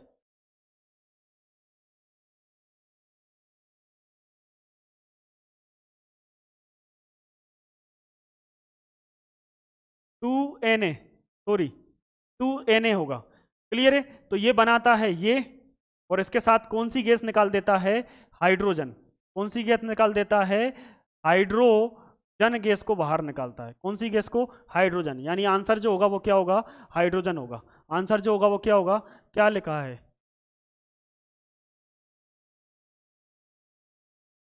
बी बिल्कुल सही है। चलिएगा 77, कितना है? 77। निम्नलिखित में से किसका ज्वलन ताप सबसे कम होता है? कम बताना है आपको, ध्यान रखना। किसका ज्वलन ताप सबसे कम होता है? पेट्रोल, प्लास्टिक, लकड़ी, या फिर कागज? किसका ज्वलनताप सबसे कम होता है? आपको 77 का आंसर देना है कि किसका ज्वलनताप सबसे कम होता है, आपको इसका आंसर देना है। दोस्तों बताइएगा, क्या पेट्रोल, प्लास्टिक, लकड़ी या फिर कागज, किसका ज्वलनताप सबसे कम होगा? क्लियर है?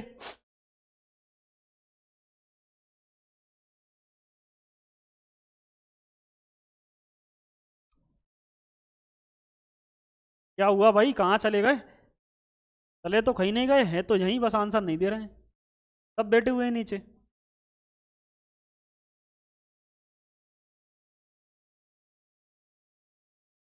आरसी बमनिया जी सर डी कागज का, ममता प्रजापति जी डी कागज का।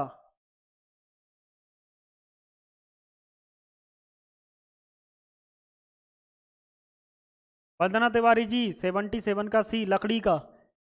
शर्मिला महल जी आ गया है सही उत्तर दोस्तों, शर्मिला महल जी का आ गया है ए पेट्रोल का। भाई ज्वलंत आप पूछ रहा है, ये नहीं पूछ रहा कि कौन जलता है अच्छे से कौन नहीं जलता।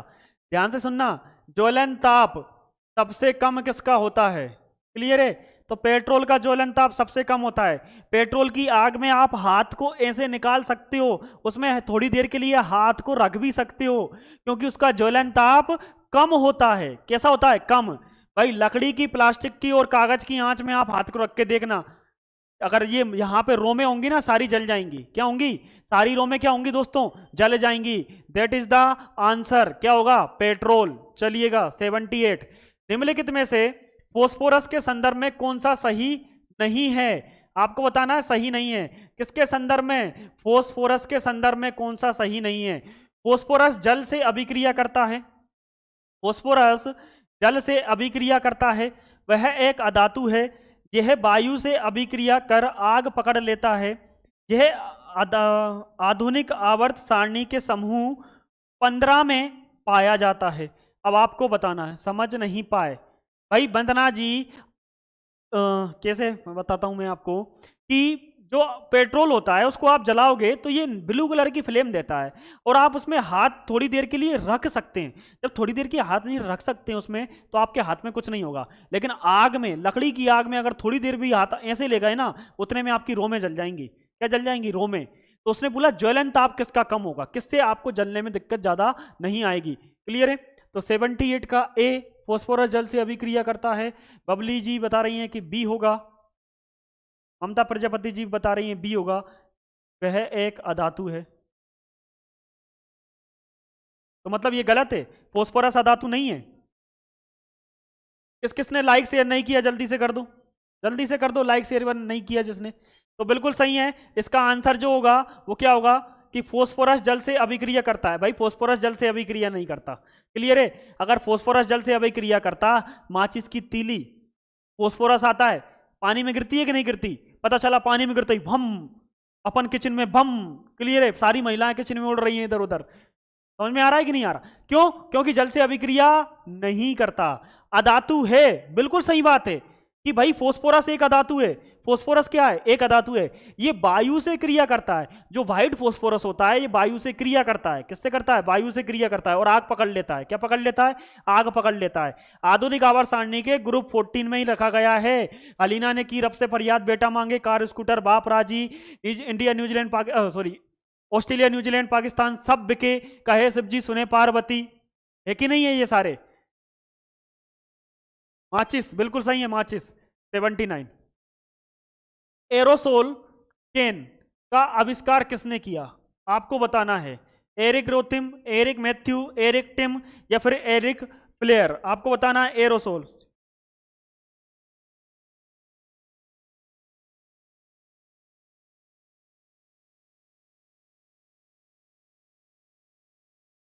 आपको बताना है एरोसोल। तो पहले तो ये देखिएगा, जो एरोसोल होता है वो होता क्या है। एरोसोल जो होता है ये एक भाप होती है। आप इसको धुंध में, धुंध, क्लियर है? आप इसको गीजर, गीजर भाप में, कोहरे में, इसमें कोहरे में। जब वायुमंडल में, जब वायुमंडल में जो गैसें होती हैं वो क्रिस्टलीय फॉर्म में आकर आपको क्या देती हैं? क्रिस्टलीय फॉर्म में आकर आपको, अरे यार ये क्या हो गया, जब वो क्रिस्टलीय फॉर्म में आ जाती हैं तो इसी को बोलते हैं एरोसोल केन। क्या बोलते हैं?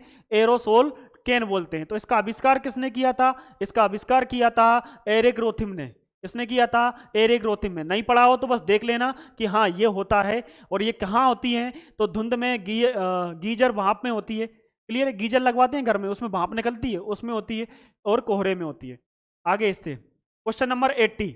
कठोर पानी को उबालकर या उसमें कैल्शियम हाइड्रोक्साइड, क्लियर है, हाइड्रोक्साइड मिलाकर उसे मृदु जल बनाने की प्रक्रिया को क्या कहते हैं? क्लियर है? बेकर प्रक्रिया कहते हैं, टेम प्रक्रिया कहते हैं, क्लार्क की प्रक्रिया कहते हैं, या लेक की प्रक्रिया कहते हैं। आपको इसका आंसर देना रहेगा। क्लियर है? बहुत शानदार क्वेश्चन है।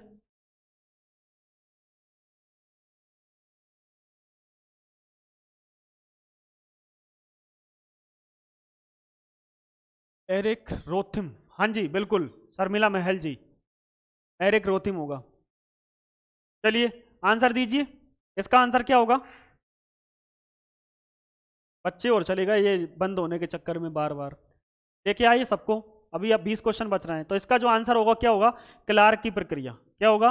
कि पानी को उबालकर या फिर उसमें कैल्शियम हाइड्रोक्साइड डाल के उसे मृदु बनाने की प्रक्रिया किसने दी थी? क्लार्क ने दी थी। चलिए 81 क्वेश्चन। निम्नलिखित में से किसका घनत्व सर्वाधिक होता है? आपको बताना है कि किसका जो घनत्व होता है वो क्या होता है दोस्तों? सर्वाधिक होता है। यानी सर्वाधिक घनत्व जो होता है वह किसका होता है? पानी का, बर्फ का, इथिलीन का, या एसीटोन का? क्लियर है? इसका जो है घनत्व सर्वाधिक होता है पानी, बर्फ, एथिलीन या फिर एसीटोन।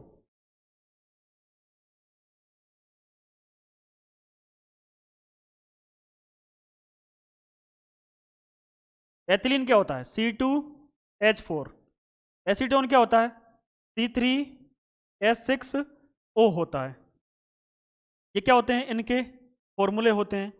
ये क्या है? फलों को पकाने में, फलों को पकाने में कैल्शियम कार्बाइड का यूज भी किया जाता है।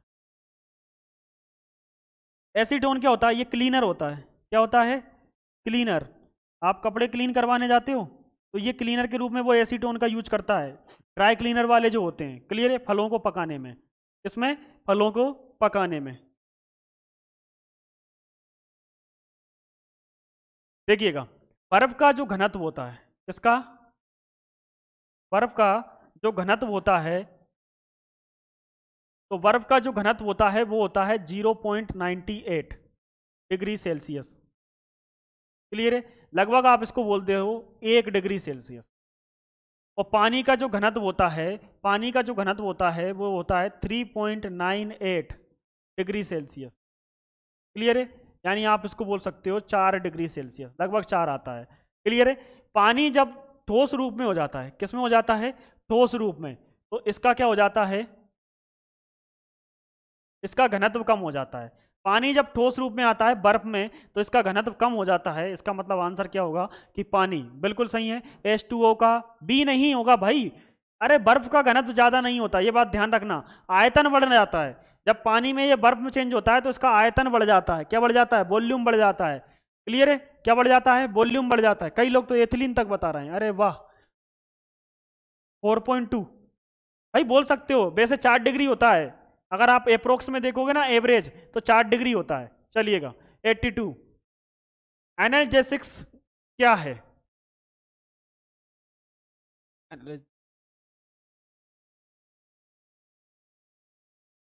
ये एनाल्जेसिक होगा यार, एनाल्जेसिक।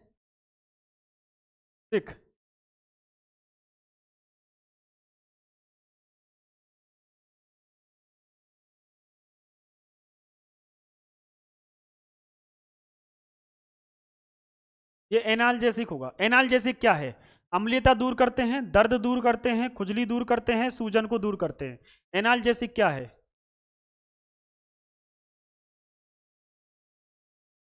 आपको बताना है दोस्तों, एनाल्जेसिक क्या है।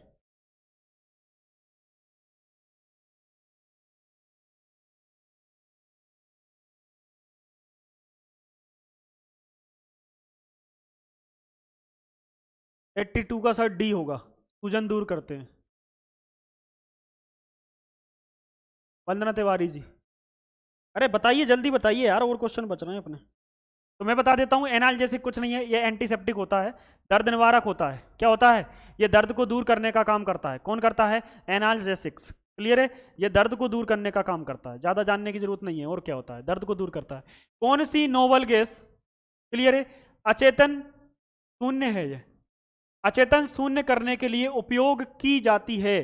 कौन सी नोबल गैस है जो अचेतन शून्य करने के लिए क्या की जाती है? जीनोन है, आर्गन है, नियोन है, या फिर हीलियम है? आपको इसका आंसर देना रहेगा। इनमें से कौन सी ऐसी गैस है जो कि अचेतन शून्य करने के लिए उपयोग में ली जाती है? बताइएगा इसका आंसर क्या होगा मेरे प्यारे साथियों। क्लियर है? सूजन दूर करती है। भाई सूजन में होता क्या है, मुझे ये बताइए। सूजन में दर्द होता है, तो दर्द को दूर करती है, सूजन ऑटोमेटिक उतर जाती है। सूजन को दूर करने के लिए आपको किसी चीज की जरूरत नहीं पड़ती। समझ में आ रहा है? आप दर्द को दूर कीजिए, सूजन ऑटोमेटिक सही हो जाएगी, इसलिए वहां सूजन पड़ता है। जीनोन, इसका आंसर आ रहा है जीनोन। दोस्तों आपने लोगों ने लाइक नहीं किया तो लाइक करें जल्दी से, और शेयर कर दें अपने जितने भी दोस्त हैं। मैंने आपको कल भी बोला था, ये आपकी नैतिक जिम्मेदारी बनती है कि आप शेयर करें। 51 रुपए में 11 टेस्ट सीरीज चल रही है, आपको टेस्ट सीरीज लेना चाहिए, बहुत शानदार टेस्ट सीरीज चल रही है। चलिएगा, बहुत सही है। इसका आंसर क्या होगा? जीनोन होगा।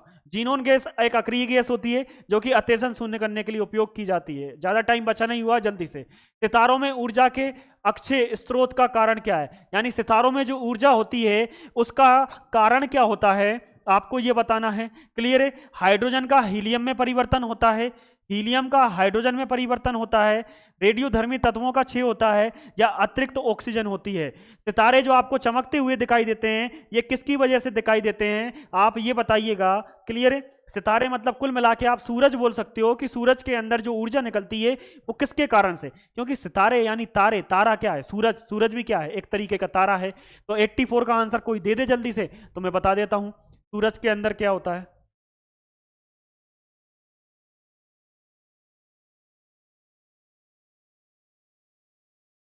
बिल्कुल, वंदना तिवारी जी, आपका आंसर आ चुका है, हम इंतजार नहीं करेंगे।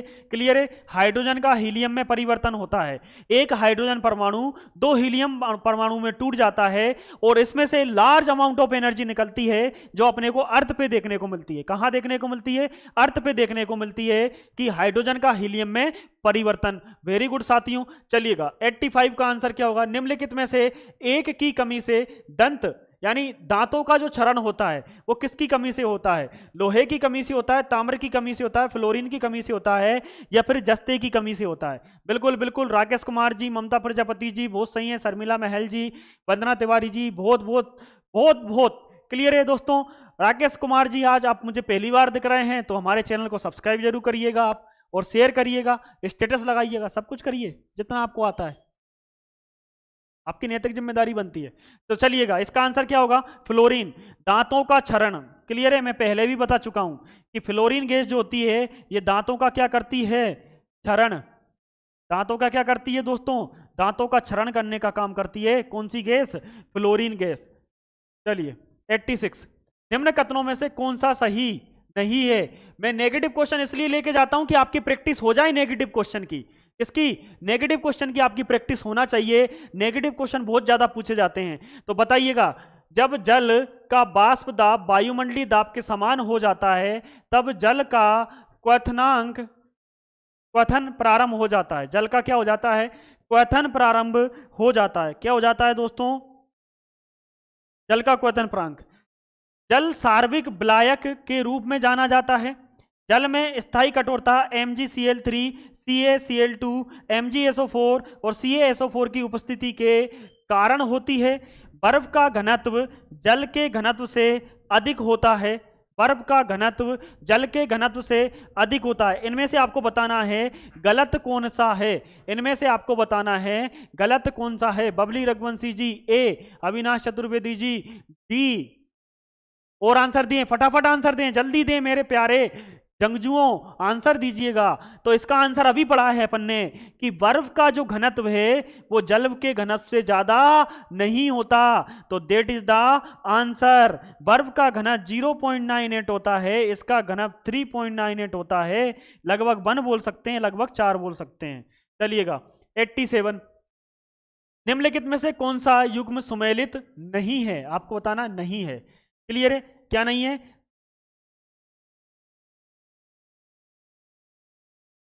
क्लियर है, आपको ही बताना है।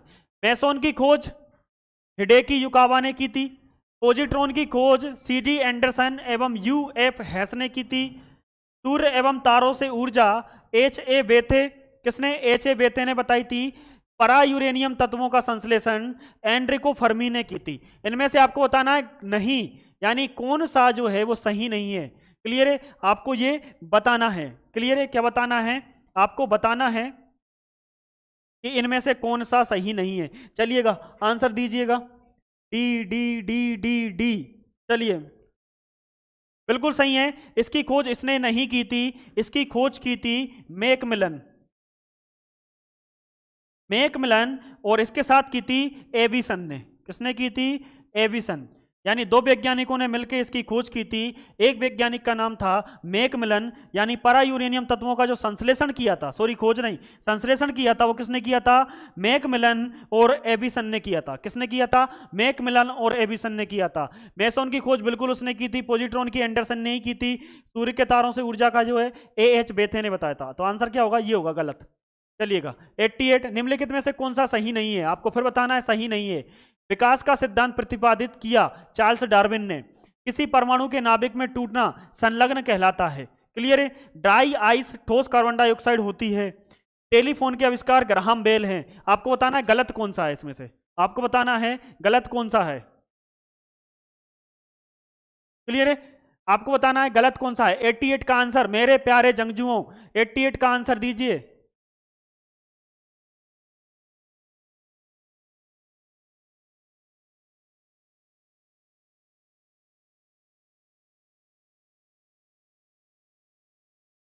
भाई 88 का आंसर। मौसम बड़ा खराब हो रहा है हमारे यहाँ। शर्मिला महल जी बोल रही हैं सर बी, किसी परमाणु के नाभिक का टूटना संलग्न कहलाता है। हाँ बिल्कुल सही है, बिल्कुल सही है। किसी नाभिक का टूटना संलग्न नहीं कहलाता, विखंडन कहलाता है। क्या कहलाता है? बी, खंडन कहलाता है। क्या कहलाता है दोस्तों? विखंडन कहलाता है। ये भी सही है, ये भी सही है। तो आंसर क्या होगा आपका? कि आंसर जो होगा वो होगा आपका आंसर क्या दोस्तों? सेकंड वाला। आइए 89, आग बुझाने वाले संयंत्र में कार्बन डाइऑक्साइड किस अभिक्रिया से पैदा होती है? जो आग बुझाने वाला संयंत्र होता है उसमें जो कार्बन डाइऑक्साइड होती है वह कार्बन डाइऑक्साइड किस अभिक्रिया के द्वारा? चूने का पत्थर तथा तनु हाइड्रोक्लोरिक अम्ल के द्वारा, मार्बल चूर्ण तथा तनु हाइड्रोक्लोरिक अम्ल के द्वारा, या सोडियम बाइकार्बोनेट और तनु हाइड्रोक्लोरिक अम्ल के द्वारा, या मैग्नेसाइड तथा तनु हाइड्रोक्लोरिक अम्ल के द्वारा? विखंडन, बिल्कुल राकेश कुमार जी, विखंडन ही होगा। क्या बात है। किरण चंदेल जी, आपका स्वागत है हमारे काव्य क्लास के YouTube प्लेटफॉर्म पर, जो कि एक बेहतरीन शिक्षा का। पता है दोस्तों, आज सुबह 10 बजे से क्लास चल रही है। कितने बजे से? 10 बजे से। 10 बजे से संजीव सन ने 2 बजे तक क्लास ली थी, 3 बजे से राकेश सन ने ली थी, 4 से 6 मैं ले रहा हूं, 6 बजे से फिर दोबारा क्लास होगी 8 बजे तक, फिर 8 से दोबारा क्लास होगी 10 बजे तक। आज पूरे यूट्यूब चैनल पे 12 घंटे क्लास हो जाएगी काव्य कोचिंग क्लासेस की। तो सोचिए कितना मेहनत कर रहे हैं दोस्तों आपके लिए टीचर्स। बिल्कुल सही है ममता प्रजापति जी, यू आर राइट। आपका जो आंसर है बिल्कुल सही है। क्लियर है, आंसर जो होगा वो क्या होगा कि सोडियम बाइकार्बोनेट, क्लियर है, NaH कार्बोनेट CO3, Na2HCO3 और तनु सल्फ्यूरिक अम्ल H2SO4। क्लियर है, ये दोनों होते हैं जो पैदा करते हैं किसको? कार्बन डाइऑक्साइड को। वहां पे उस संयंत्र में कौन सा रासायनिक कृत्रिम वर्षा में प्रयोग किया जाता है? कृत्रिम वर्षा, silver iodide, potassium chloride, calcium carbonate, या फिर जिंक आयोडाइड? आपको बताना है। क्लियर है कि कौन सा है?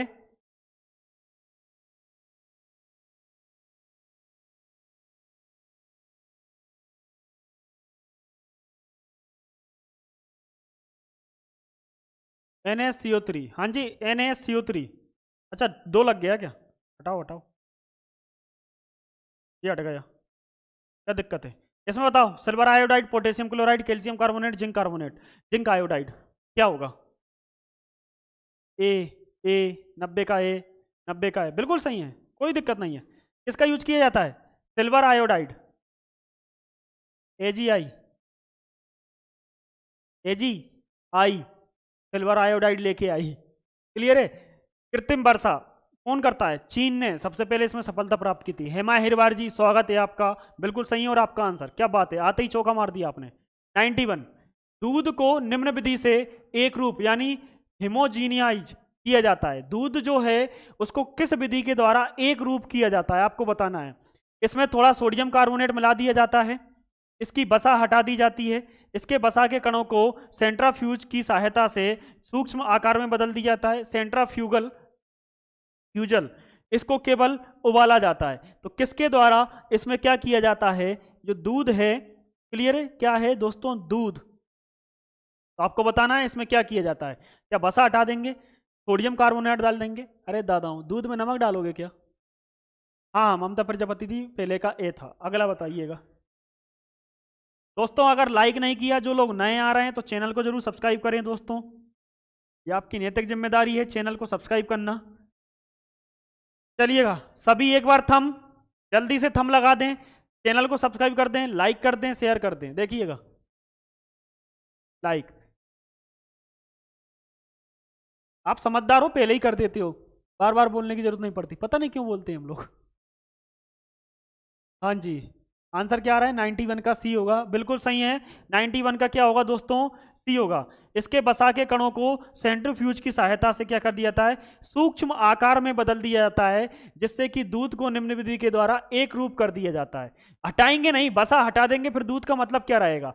नहीं नहीं नहीं, ए नहीं होगा, 91 का सी होगा। थोड़ा सोडियम कार्बोनेट, अरे काय को मिलाएंगे सोडियम कार्बोनेट? सोडियम कार्बोनेट जानते हो? देखिएगा, सोडियम कार्बोनेट बताया जा रहा है भैया, sodium carbonate, Na2CO3, sodium carbonate. Madam धावन सोडा होता है, क्या होता है? धावन सोडा। और अगर अपनी लैंग्वेज में बोला जाए ना तो डिटर्जेंट। तो क्या आप सरफ मिलाते हो क्या? डिटर्जेंट मिलाते हो क्या? नहीं मिलाते। क्लियर है? तो इसके द्वारा क्या किया जाता है? बसा के कणों को सेंट्रीफ्यूज किया जाता है। 92, रेडियोधर्मी डेटिंग एक प्रक्रिया है जिससे मापा जा सकता है। क्या मापा जा सकता है? चट्टानों की उम्र, चट्टानों का संगठन, चट्टानों का रंग, या फिर चट्टानों का भार। रेडियोधर्मिता डेटिंग एक क्या है? प्रक्रिया है जिससे क्या नापा जाता है, आपको ये बताना है। हेमा हिरवार जी बिल्कुल सही है। किरण चंदेल जी बी नहीं होगा। बबली रघुवंशी जी बिल्कुल, बबली रघुवंशी जी बिल्कुल। 91 का आंसर हो चुका है, 92 का आंसर आपको देना है। हाँ जी बबली जी, 91 का सी होगा। वेरी गुड, बहुत बढ़िया है, तालियां सब लोगों के लिए। देखिए दोस्तों, लास्ट टाइम चल रहा है और आपको मेहनत करना बहुत ज़्यादा जरूरी। धोने वाला सोडा, बिल्कुल बिल्कुल धोने वाला। पेपर जैसे जैसे पास आता है वैसे वैसे दिल की धड़कनें बढ़ती जाती हैं। क्लियर है? रातों को नींद अच्छी आने लगती है, दिन का चैन अच्छा आने लगता है। ये नहीं बोलूँगा रातों की नींद गई दिन का चैन गया, हम ऐसे बेचैन क्या हुए वो हमको बेचैन करके चलेगा। राकेश कुमार जी ए होगा, बिल्कुल। इससे क्या किया जाता है? जो रेडियोधर्मी डेंटिंग होती है, इसके द्वारा चट्टानों की उम्र पता की जाती है। कहीं पे भी अगर कोई बड़ी चट्टान आपको देखने को मिलती है तो उसकी जो उम्र बताते हैं 1500 साल पुरानी है। अरे इनके दादा परदादा रहते थे क्या 1500 साल पुराने? नहीं रहते थे ना, तो ये कैसे बताते थे? ये सोडियम डेंटिंग के द्वारा रेडियोधर्मी डेंटिंग के द्वारा बताते थे चट्टानों की उम्र। किसके बताया? रेडियोधर्मी एक्टिंग के द्वारा, डेंटिंग के द्वारा। 93, रासायनिक दृष्टि से सिंदूर जो महिलाएं कहाँ लगाती हैं, मांग भरने के लिए यूज करती हैं, वो पूरी तरीके से सिंदूर जो है वो क्या है, आपको बताना है। सिंदूर क्या है?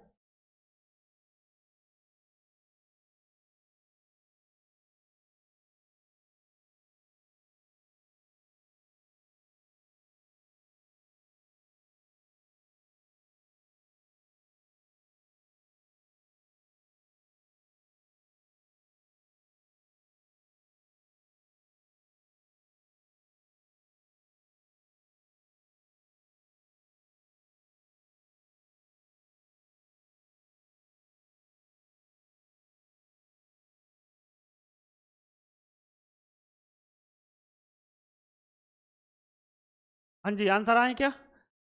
सानू रायन जी बता रहे हैं सी होगा, सी होगा, सी होगा। अच्छा अच्छा, कैल्शियम कार्बाइड होगा, पोटेशियम नाइट्राइड होगा, मर्क्यूरी होगा, सोडियम क्लोराइड होगा। एक मिनट भाई, मर्क्यूरिक सल्फाइड होता है।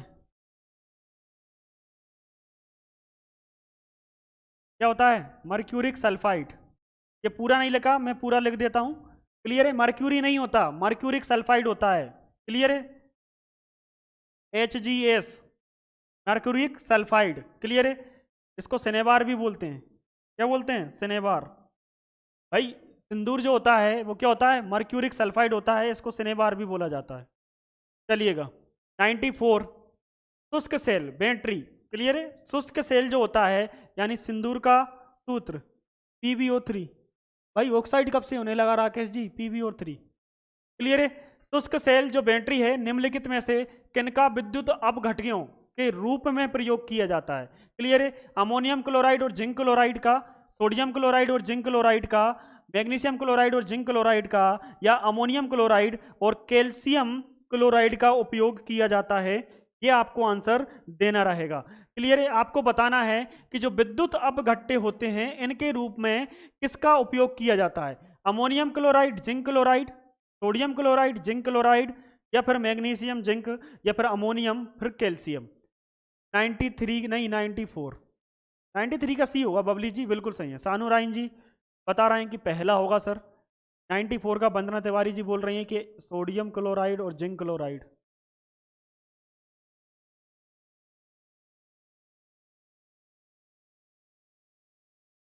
भाई 94 का जल्दी आंसर दे। क्या कर रहे हो यार आप लोग नीचे बैठकर? 20 लोग देख रहे हैं यार। किरण चंदेल जी डी, बहुत बढ़िया है। किरण चंदेल जी बहुत बढ़िया है। सानू राइन जी बता रहे हैं कि अब 2 होगा। अरे भाई ऐसे बदलोगे तो चलेगा काम नहीं। क्लियर है? आंसर क्या होगा? आंसर सर पहला होगा। अमोनियम क्लोराइड होता है और जिंक क्लोराइड होता है जिनको विद्युत अपघट्यों के रूप में क्या किया जाता है दोस्तों? प्रयोग किया जाता है। याद रखना है इसको। अमोनियम क्लोराइड और जिंक क्लोराइड होता है। क्या होता है? अमोनियम क्लोराइड और जिंक क्लोराइड। क्लियर है? सोडियम नहीं होता, सोडियम नहीं होता विद्युत अपघट्यों के रूप में। भाई सोडियम का यूज नहीं कर सकते। अमोनियम क्लोराइड और कैल्शियम, मैडम कैल्शियम लिखा है। चलिएगा 95, एक कार बैटरी में प्रयुक्त विद्युत अपघट्य क्या है? जो कार की बैटरी होती है उस बैटरी में जो लिक्विड, क्लियर है, जो तरल पदार्थ डाला जाता है, मैं आपको थोड़ी सी हिंट देता हूं। जो तरल डाला जाता है क्या वह हाइड्रोक्लोरिक अम्ल होता है, सल्फ्यूरिक अम्ल होता है, नाइट्रिक अम्ल होता है, या आसुत जल होता है? आसुत जल जो होता है वो D2O। क्लियर है? आसुत जल क्या होता है? D2O। नाइट्रिक अम्ल, नाइट्रिक अम्ल क्या लिखा है? नाइट्रिक अम्ल। क्या लिखा है? सल्फ्यूरिक अम्ल। क्लियर है? और क्या लिखा है? हाइड्रोक्लोरिक अम्ल। क्लियर है? हाइड्रोक्लोरिक अम्ल जो होता है वो HCl, ये होता है H2SO4। क्लियर है? नाइट्रिक अम्ल HNO3 क्या होता है? HNO3 होता है। हाँ हाँ बिल्कुल सही है मेरे प्यारे साथियों। बी, सल्फ्यूरिक अम्ल। क्लियर है? जो अपन उसमें लिक्विड डालते हैं वो सल्फ्यूरिक एसिड होता है। क्या होता है? Sulphuric acid. हाइड्रोक्लोरिक एसिड ये कहाँ पाया जाता है? ये पेट में पाया जाता है, यानी आप बोल सकते हो आमाशय में। कहाँ पाया जाता है? आमाशय में पाया जाता है। कहाँ पाया जाता है दोस्तों? आमाशय में पाया जाता है। राकेश कुमार जी सी नहीं होगा। नाइट्रिक अम्ल नहीं डाला जाता भाई। नाइट्रिक अम्ल कहाँ? नाइट्रिक अम्ल नहीं डाला जाता। नाइट्रिक अम्ल क्यों डालेंगे उसके अंदर? क्लियर है? नाइट्रिक अम्ल को नहीं डाला जाता। चलिएगा 96, निम्नलिखित तत्वों में से कौन सा वायु तथा अंधेरे में रखा जाता है तो स्वतः दीप्त हो उठता है? बहुत शानदार चीज है। अगर वायु में रखोगे तो भी जल जाएगा और अगर अंधेरे में रखोगे तो भी जल जाएगा। नाम क्या है? लाल फास्फोरस, श्वेत फास्फोरस, सिंदूरी फास्फोरस, या बैंगनी फास्फोरस। पहली चीज तो यह है, आपको यहां से आंसर वैसे ही हटा दोगे, फोस्फोरस। क्लियर है? फोस्फोरस जो होते हैं 3 तरीके के होते हैं। एक होता है ब्लैक, एक होता है वाइट, और एक जो होता है वो होता है रेड। क्लियर है? इसके अलावा होते हैं गुलाबी होते हैं, क्लियर है, सिंदूरी होते हैं, बैंगनी भी हालांकि होते हैं, बट मैंने जो है वो 3 तरीके के होते हैं। कितने तरीके के होते हैं? मैंने जो है वो दोस्तों कितने तरीके के होते हैं? 3 तरीके के होते हैं। मैंने जो है वो कुल 3 तरीके के होते हैं। ए होगा, ए होगा। हाँ, HCl पाया जाता है, अम्ल पेट के अंदर पाया जाता है। कानूराइन जी बता रहे हैं पहला होगा, गलत। यार आप लोगों ने ये सही से पढ़ा नहीं है, मुझे पढ़ाना पड़ेगा अब। श्वेत फास्फोरस होता है भाई, ये नेचर में नहीं रख सकते आप सफेद फास्फोरस को, सफेद फास्फोरस को नेचर में नहीं रख सकते। इसीलिए इसमें क्या किया, मेलेबल, यानी इसमें अशुद्धियां मिलाई गई, अशुद्धियां मिला के ब्लैक फास्फोरस और आपका लाल फास्फोरस बनाया गया। ब्लैक कहाँ आता है, माचिस की तीली में। लाल भी कहाँ आता है, माचिस की तीली में। दोनों तरीके का आता है। 96 का ए होगा, लाल नहीं होगा वंदना तिवारी जी, श्वेत फास्फोरस होगा, श्वेत। अभी पिछले मैंने क्वेश्चन जो आया था उसमें बताया था कि वायु के संपर्क में आने पे जो सफेद फास्फोरस होता है वो जलने लगता है, क्रिया कर जाता है। क्लियर है, क्या कर जाता है, क्रिया। तो आप इसको वायु में रखो या फिर अंधेरे में रखो, अंधेरे में रखोगे तो जलता हुआ प्रतीत होगा क्योंकि ये जल जाता है। क्लियर है, चलिएगा आइएगा 97 पे। कच्ची चीनी को रंग विहीन करने हेतु जिस चारकोल का प्रयोग किया जाता है वो कौन सा चारकोल होता है, लकड़ी का होता है। क्लियर है, लकड़ी का होता है, चीनी का होता है, एनिमल चारकोल होता है, नारियल का चारकोल होता है। आपको बताना है लकड़ी का चारकोल, चीनी का चारकोल, एनिमल का चारकोल या फिर नारियल का चारकोल। सफेद होगा सर, कानूराइन जी बोल रहे हैं सफेद होगा। तो भाई ये मैंने और क्या बताया, श्वेत का मतलब क्या होता है, सफेद। क्लियर है, हाँ जी, अगर आप मेरा सपोर्ट कर रहे हैं तो थैंक यू सो मच। चलिएगा बताइएगा, कच्ची चीनी जो होती है, जल्दी से बताएं। चलिए 2 क्वेश्चन और बच रहे हैं, तो इसका जो आंसर होगा वो एनिमल का चारकोल होगा। अगली क्लास भी है। क्लियर है, इसमें लिखा है बिस्फेनोल ABPA क्या है, बिस्फेनोल ABPA क्या है। क्लियर है, आपको इसका आंसर देना है। तो देखिएगा, कैंसर की पहचान करने वाली चिकित्सक परीक्षण है, एथलीटों द्वारा निष्पादन सुधर के लिए जाने के ड्रग को जांचने के लिए एक परीक्षण है। एथलीट क्या करते हैं, ड्रग ले जाते हैं। क्लियर है, अपने अंदर देकर, ताकि वो ज्यादा देर तक दौड़ पाए। खाद्य संवेषण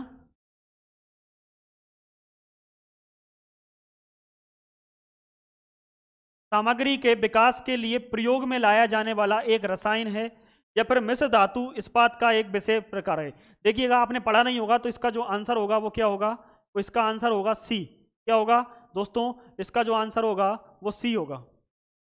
क्या होगा, सी होगा। ये खाद्य अन्वेषण सामग्री के विकास के लिए प्रयोग में लाया जाने वाला एक रसायन है। बिल्कुल बिल्कुल, अरे यार पढ़ा है आप लोगों ने तो मजा आ गया। क्या आ गया, मजा आ गया। तो बताइए 19, कार्बनिक खाद्य हमारे लिए बेहतर माने जाते हैं। जो कार्बनिक खाद्य होते हैं वो हमारे लिए बेहतर माने जाते हैं। तो किसके क्यों माने जाते हैं, क्योंकि ये रुचिकर स्वाद हेतु रसायनों का निर्भर करते हैं, खरीदने में महंगे होते हैं, पर्यावरण प्रदूषकों से मुक्त रखे जाने हेतु ग्लास हाउस में उगाए जाते हैं। ग्लास हाउस का मतलब होता है जहां पर कांच के कमरे बनाए जाते हैं जिनके अंदर प्रकाश आता है और उस प्रकाश के थ्रू उनको क्या दिया जाता है, सन की लाइट दी जाती है।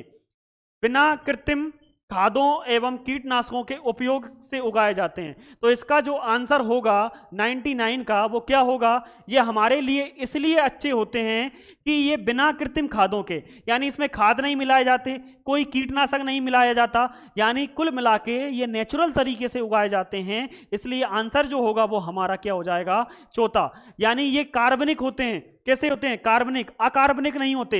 यानी इनमें कोई भी आप नाइट्रोजन नहीं मिलाते, आप यूरिया का छिड़काव नहीं करते, आप सल्फर नहीं डालते, इनमें आप कोई केमिकल का यूज नहीं करते। ये बिना केमिकल वाले क्या होते हैं दोस्तों, खाद होते हैं। वंदना तिवारी जी, सानू राइन जी बिल्कुल सही हैं, सानू राइन जी बिल्कुल सही हैं। किरण चंदेल जी ए नहीं होगा, रुचिकर स्वाद हेतु रसायनों पर निर्भर होते हैं। अरे नहीं, इसका जो आंसर होगा वो क्या होगा दोस्तों, वो होगा आपका 4th।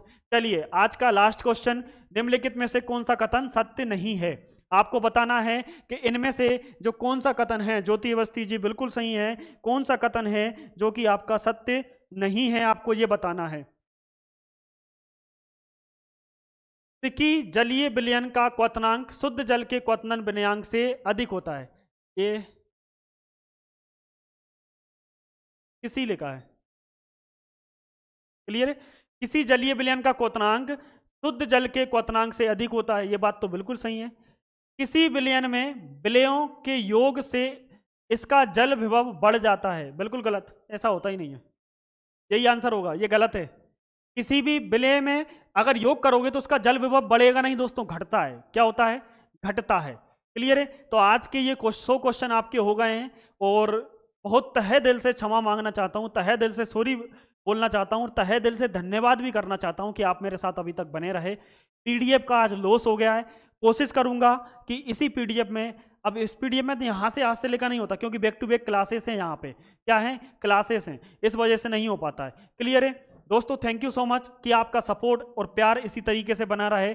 जो लोग नए हैं वो लाइक करें, शेयर भी कर दें और सब्सक्राइब जरूर करें। दो चीज़ें आपको करना है, आप लाइक करो चाहे मत करो, शेयर जरूर करना और सब्सक्राइब करना। ये मेरे दिल से निकल के, दिल से नहीं आ रही, मेरे दिमाग से निकल के दे रहा हूँ मैं। दिल तो मेरे लिए एक मशीन है। क्लियर है? ये मेरे दिमाग से, कहाँ से, दिमाग से थैंक यू बोलता हूँ मैं आपको। क्लियर है? अपने मन, बुद्धि और कर्म से। कल बायो का टेस्ट होगा क्या? शर्मिला मेल जी, अब हाँ सुनिएगा, बहुत इंपॉर्टेंट आपको सूचना देना है। अब जो आपके टेस्ट चलेंगे दोस्तों वो कंबाइंड हैं, यानी आपके जो 6 टेस्ट हैं अब वो फुल लेंथ हैं। कैसे हैं? फुल लेंथ हैं। रोहित,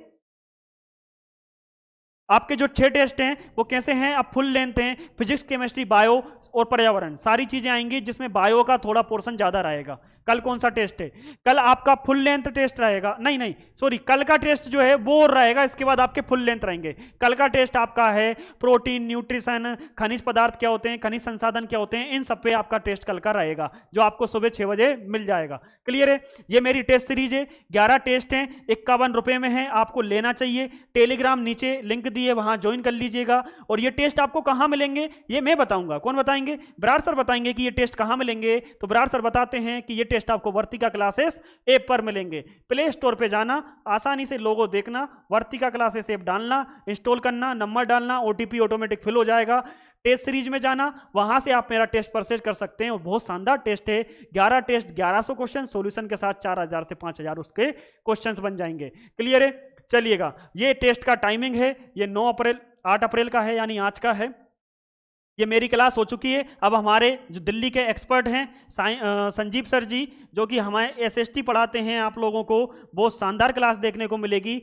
संजीव सर के बारे में मैं बता दूं, अभी 10 बजे से लेकर दोपहर में 2 बजे तक क्लास इन्होंने ली है और दोबारा आपकी खिदमत में हाजिर हैं। सैल्यूट है ऐसे सरों को। फिर हमारे गुरुदेव प्रमोद सर जी आएंगे 8:30 से और आपका कंटिन्यूसली बैच लेंगे। चलिएगा दोस्तों, संजीव सर का टाइम हो चुका है, मिलते हैं।